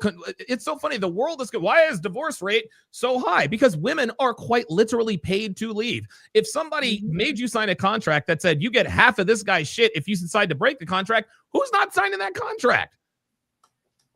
So Donovan. Donovan. Yeah. I want to add two notes for men here. Okay. First, if you do the passport bro thing, in order to bring her to the United States, you must have a state marriage license. That is a requirement. Okay. Second, be wary of states with common law marriage. Yes. Yes. Ding, ding, ding, ding, ding. And yeah, Franco Uni says, what about common law effect after many years of living together? There is a reason why we live in the state of Nevada. There is a reason why we lived in the state of New Jersey. There is no common law marriage here in the state of Nevada. So if you're looking to have a secular marriage and you really think that you guys can have a good, strong relationship, you're going to have to choose a state where they do not recognize common law marriage. Listen, just look it up. Which states recognize common law marriage? Which ones don't? Nevada doesn't. That's why we're good. Yeah, Texas is one. Texas we all know. yeah. Yeah, we all know. Yeah. Yeah, what do you guys think about prenuptial agreements? I'm not going to show you the videos of the lawyers. They do encourage people to sign the prenuptial agreements, and they get shredded a lot in practice. Yes, they do. Here's my thoughts on prenuptial agreements. Prenuptial agreements are only enforceable if you allow the state into your marriage. So if you don't allow the state into your marriage, you don't have to worry about prenuptial agreements. That's what you do. Yeah, and then you have to pay the lawyers for prenuptial agreements, for divorce, for all of those procedures. And yeah, this is how they make money. This is why they want people to marry through the state. They want people to divorce through the state. They want people to sign this prenuptial agreement. And they think that prenuptial agreement will save the man. So let's talk about agreements. If you think a prenuptial agreement is going to save you in the civil world, you're delusional. But I'm not against them. A prenuptial, okay, I have to abide by that. We negotiated out. Okay, but it's not enough. You need a marriage contract, a marriage agreement, which outlines the duties in marriage, what the man's going to do, what the woman's going to do. Is it legally enforceable? No. Does that make it worthless? No, because you negotiated it. You put your signature on it. She puts her signature. Yes, this is my intention. And we see this type of agreement in other areas that is very effective. You know, the BDSM community has contracts between the dominant and the submissive. Oh, yes. No, they're not legally enforceable, but they are useful and effective. Just because a contract is not legally enforceable does not make it not worth doing. We have an interesting question, guys, here. If we eliminate divorce, would that force women to make better decisions? No. No, I agree with you there. Theoretically speaking, but practically speaking, no. Because if there were no such thing as divorce, women wouldn't. Okay, all right. So divorce isn't real. In 2025, let's just say that there was no such thing as divorce. Divorce is illegal. Blah blah blah. Guess what? It wouldn't matter. Women would still leave their husbands and shack up with the guys they're fucking on the side. So no, there are too many. There are too many incentives for women to sleep around. They're just way too many. Social media is one of them. So they don't have to. A lot of wives, they are already doing it by posting their semi-naked pictures on social media while they are being married. They are effectively cheating on their husband. So at least advertising to all of those simpy dudes that they are available and they don't respect their husbands. This is how they humiliate their husbands, actually. Yep. So yeah. You guys ever heard of a woman? You guys ever heard of Gia McCool? Yes, she was actually the one who blocked me because I called her out. I didn't want to bring up, but you mentioned her. So yeah. Gia McCool is highly, highly attractive, but she's also married. She acts like a whore online, y'all. I did call her out, and she didn't like it. Listen, I'm looking at her right now. She is absolutely fucking gorgeous. She's beautiful, but you can tell by her Instagram and her Twitter. You ask yourself, who is okay? All right, so you espouse red pill talking points. I'm seeing half naked pictures of you all over the internet. Where is your husband? These are the TradCon wives that we're talking about. This is the Trojan horse that we're talking about. And listen, nothing against Gia McCool. She has the title of wife. She just doesn't act like one online. Well, and they don't want to be called To out. call her out is because they don't want her to be upset with her. Upset with her. And you know what? To tie it back to our previous point, where we talked that women used to shame other women, and then this is what I tried to do to her, but she has a total lack of humility and accountability for her own actions. So Yep. she wouldn't take that criticism. She blocked me, so that Yep, of course nobody else could see my message. Where I was saying, like, look, women who are married, it's inappropriate behavior for a married woman to blast your semi-naked pictures all over the internet and then preach about morality and how women are supposed to treat their wives. Hey, Yeah, Donovan. you talk about modesty and all that. It's bullshit. Uh-huh. You brought up something interesting on that one. Okay, You said no one wants to call her out. right. Yeah. I mean, obviously, why- you're willing to say you are, Well, Oh, sure, because right, and I've allowed Elena to say the same thing. right. But there's something interesting about that. Both of us are married. Yep, there you go. There you go. I'm not trying to fuck Gia McCool. And I'm No. sure, and I'm sure Gia McCool has all sorts of guy friends. They all want to fuck her. And Yes. Gia knows it. Yes. Gia knows all these guys want to fuck her. She knows this. But if you ask her, no. They're just no. She knows exactly what she's doing. I'll bet you if we offer Gia this, if we took away, listen, you can post whatever you want. You can post whatever you want. Make your account private, okay? And the only men who can see your account are your husband and men who are related to you. I guarantee you, she would raise a big stink about that. Why? yes. Because that's not who she's posting for. She is posting these half-naked pictures of her on the internet for persons other than her husband and men related to her, and she knows it. Yes, exactly. And yeah, this is exactly what I told her, Don. And then there were some simps who came into her defense, of course. And then the other point, I'm getting tired here.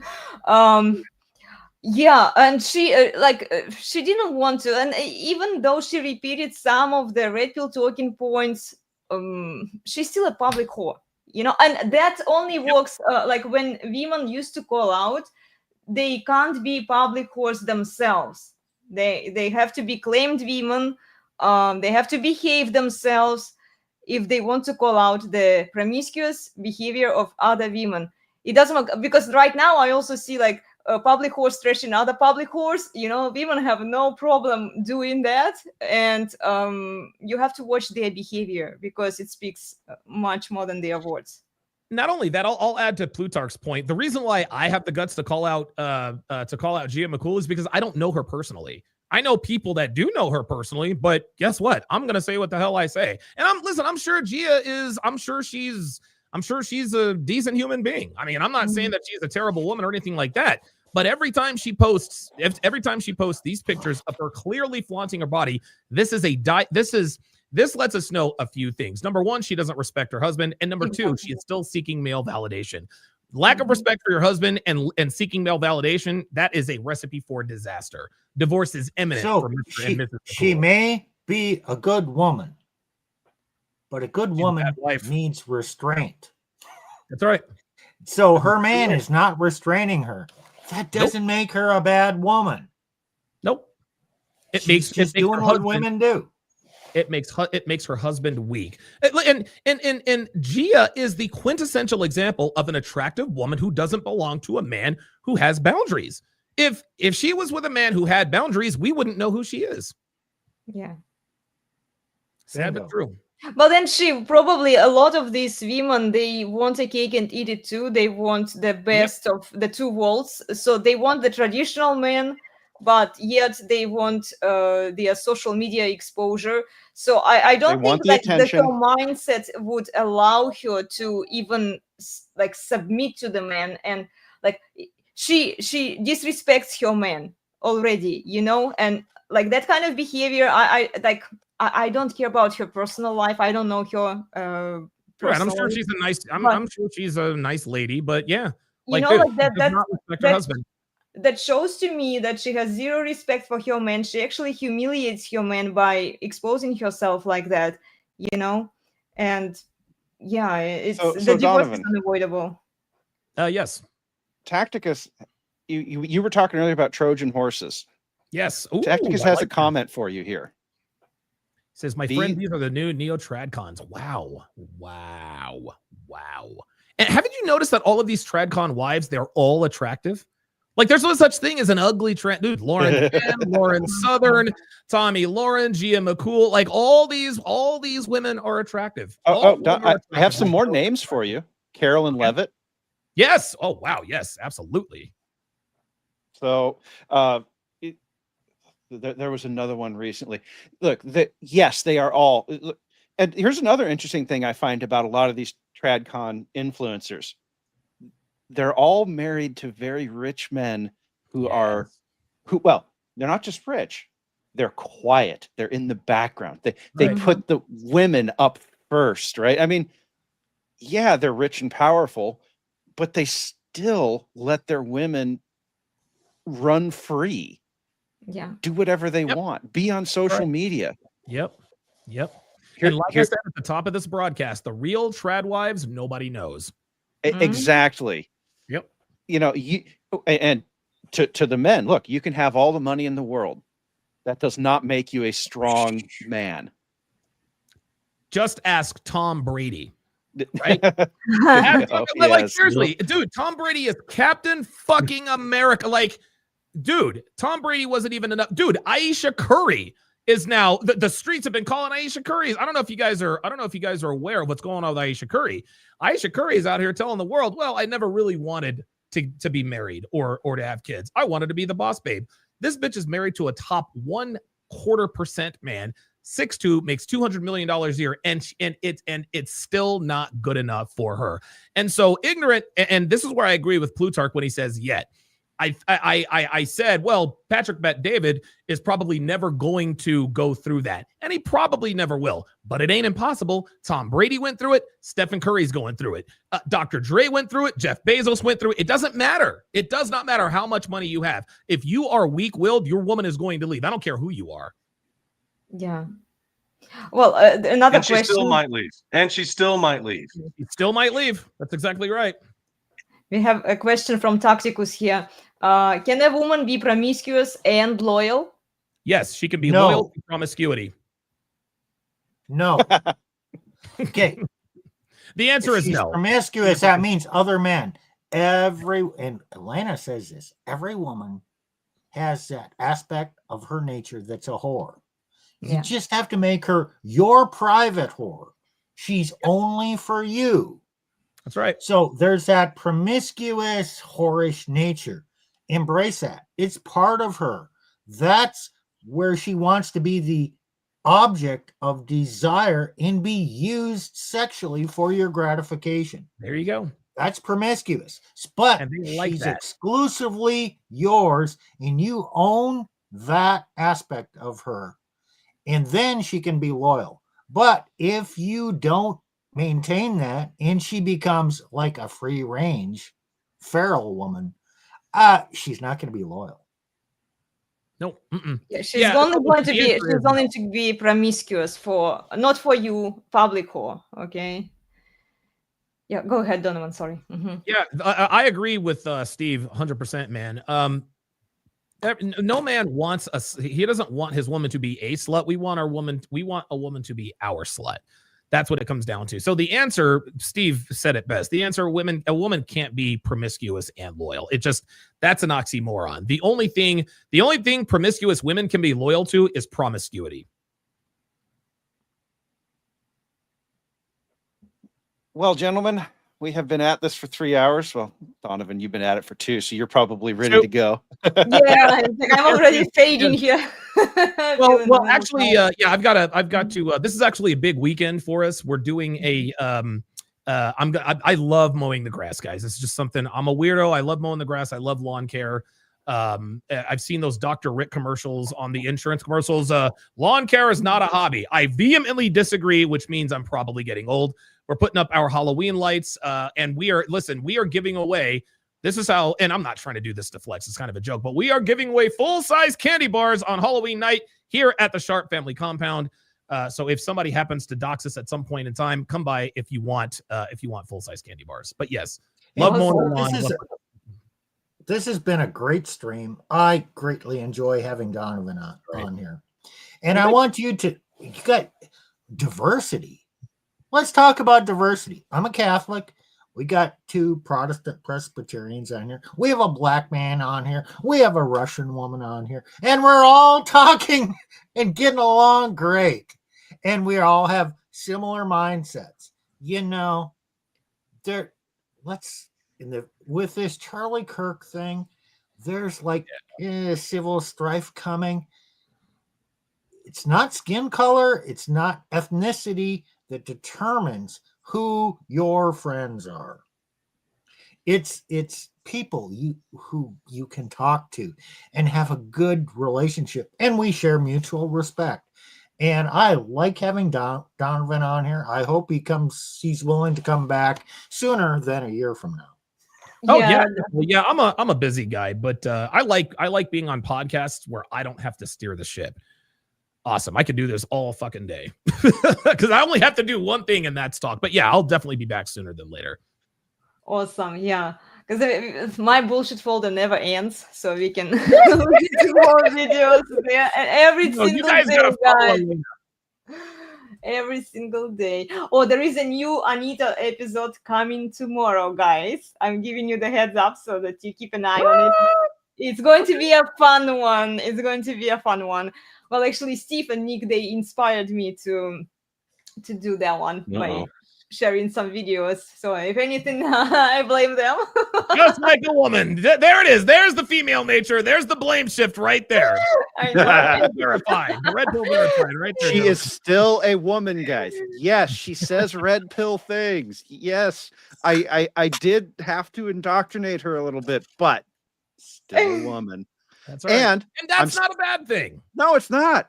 And guess what? We're gonna go have a, Donovan, you're talking about what you're gonna do today.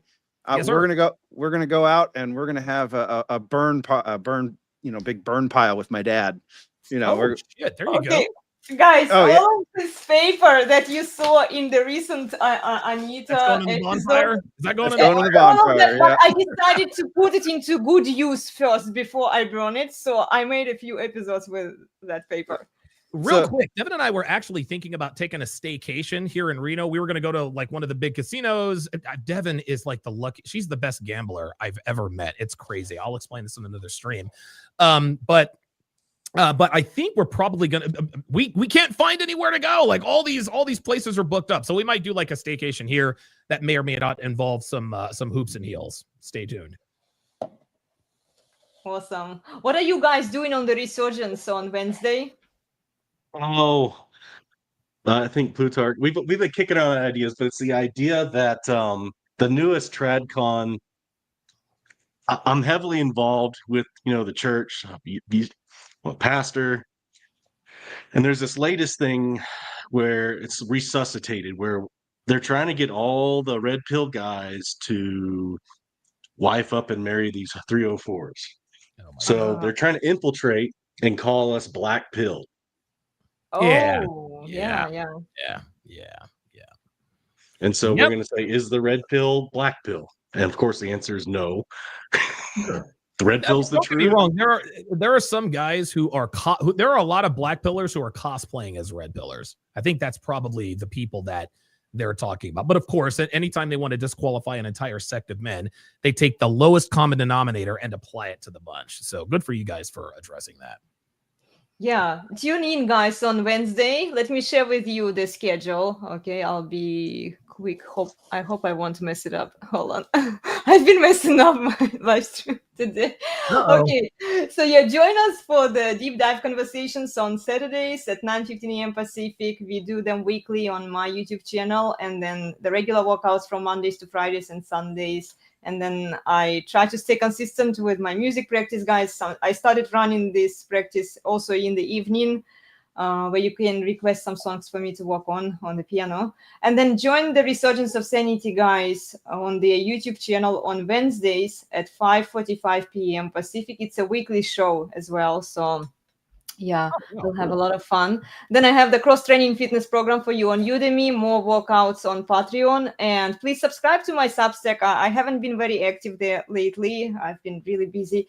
I sometimes write the summary of our discussions on my Substack. Okay, cool. Good. So let me Yeah, your Substack is actually pretty good. I follow you and Allie on Substack. You guys are very, very good, man. You guys are really good. Hey, Donovan. Yes, you sir. you have an open invitation to join us on the Resurgence of Sanity. And Oh, you don't have to do a damn thing to prepare. You just have to Okay. show up and talk about something, and you can co-stream it. You know, Okay. it's All right. Wednesdays at what time is it? 5:45. Well, you're 5:40. It'd be Pacific. 6:45 your time. Okay. 6:45 Yeah, I can do that. Mountain. And if you want to do it, because I enjoy the energy you bring in, the insight you bring in. Yeah, You're I don't have like-minded. There's no controversy here, and we just get to explore a topic. So it's an open invitation. Yeah, that sounds like fun. So I guess I'm officially the first DEI hire of the podcast. Yeah, you know what? And we're gonna pay you accordingly.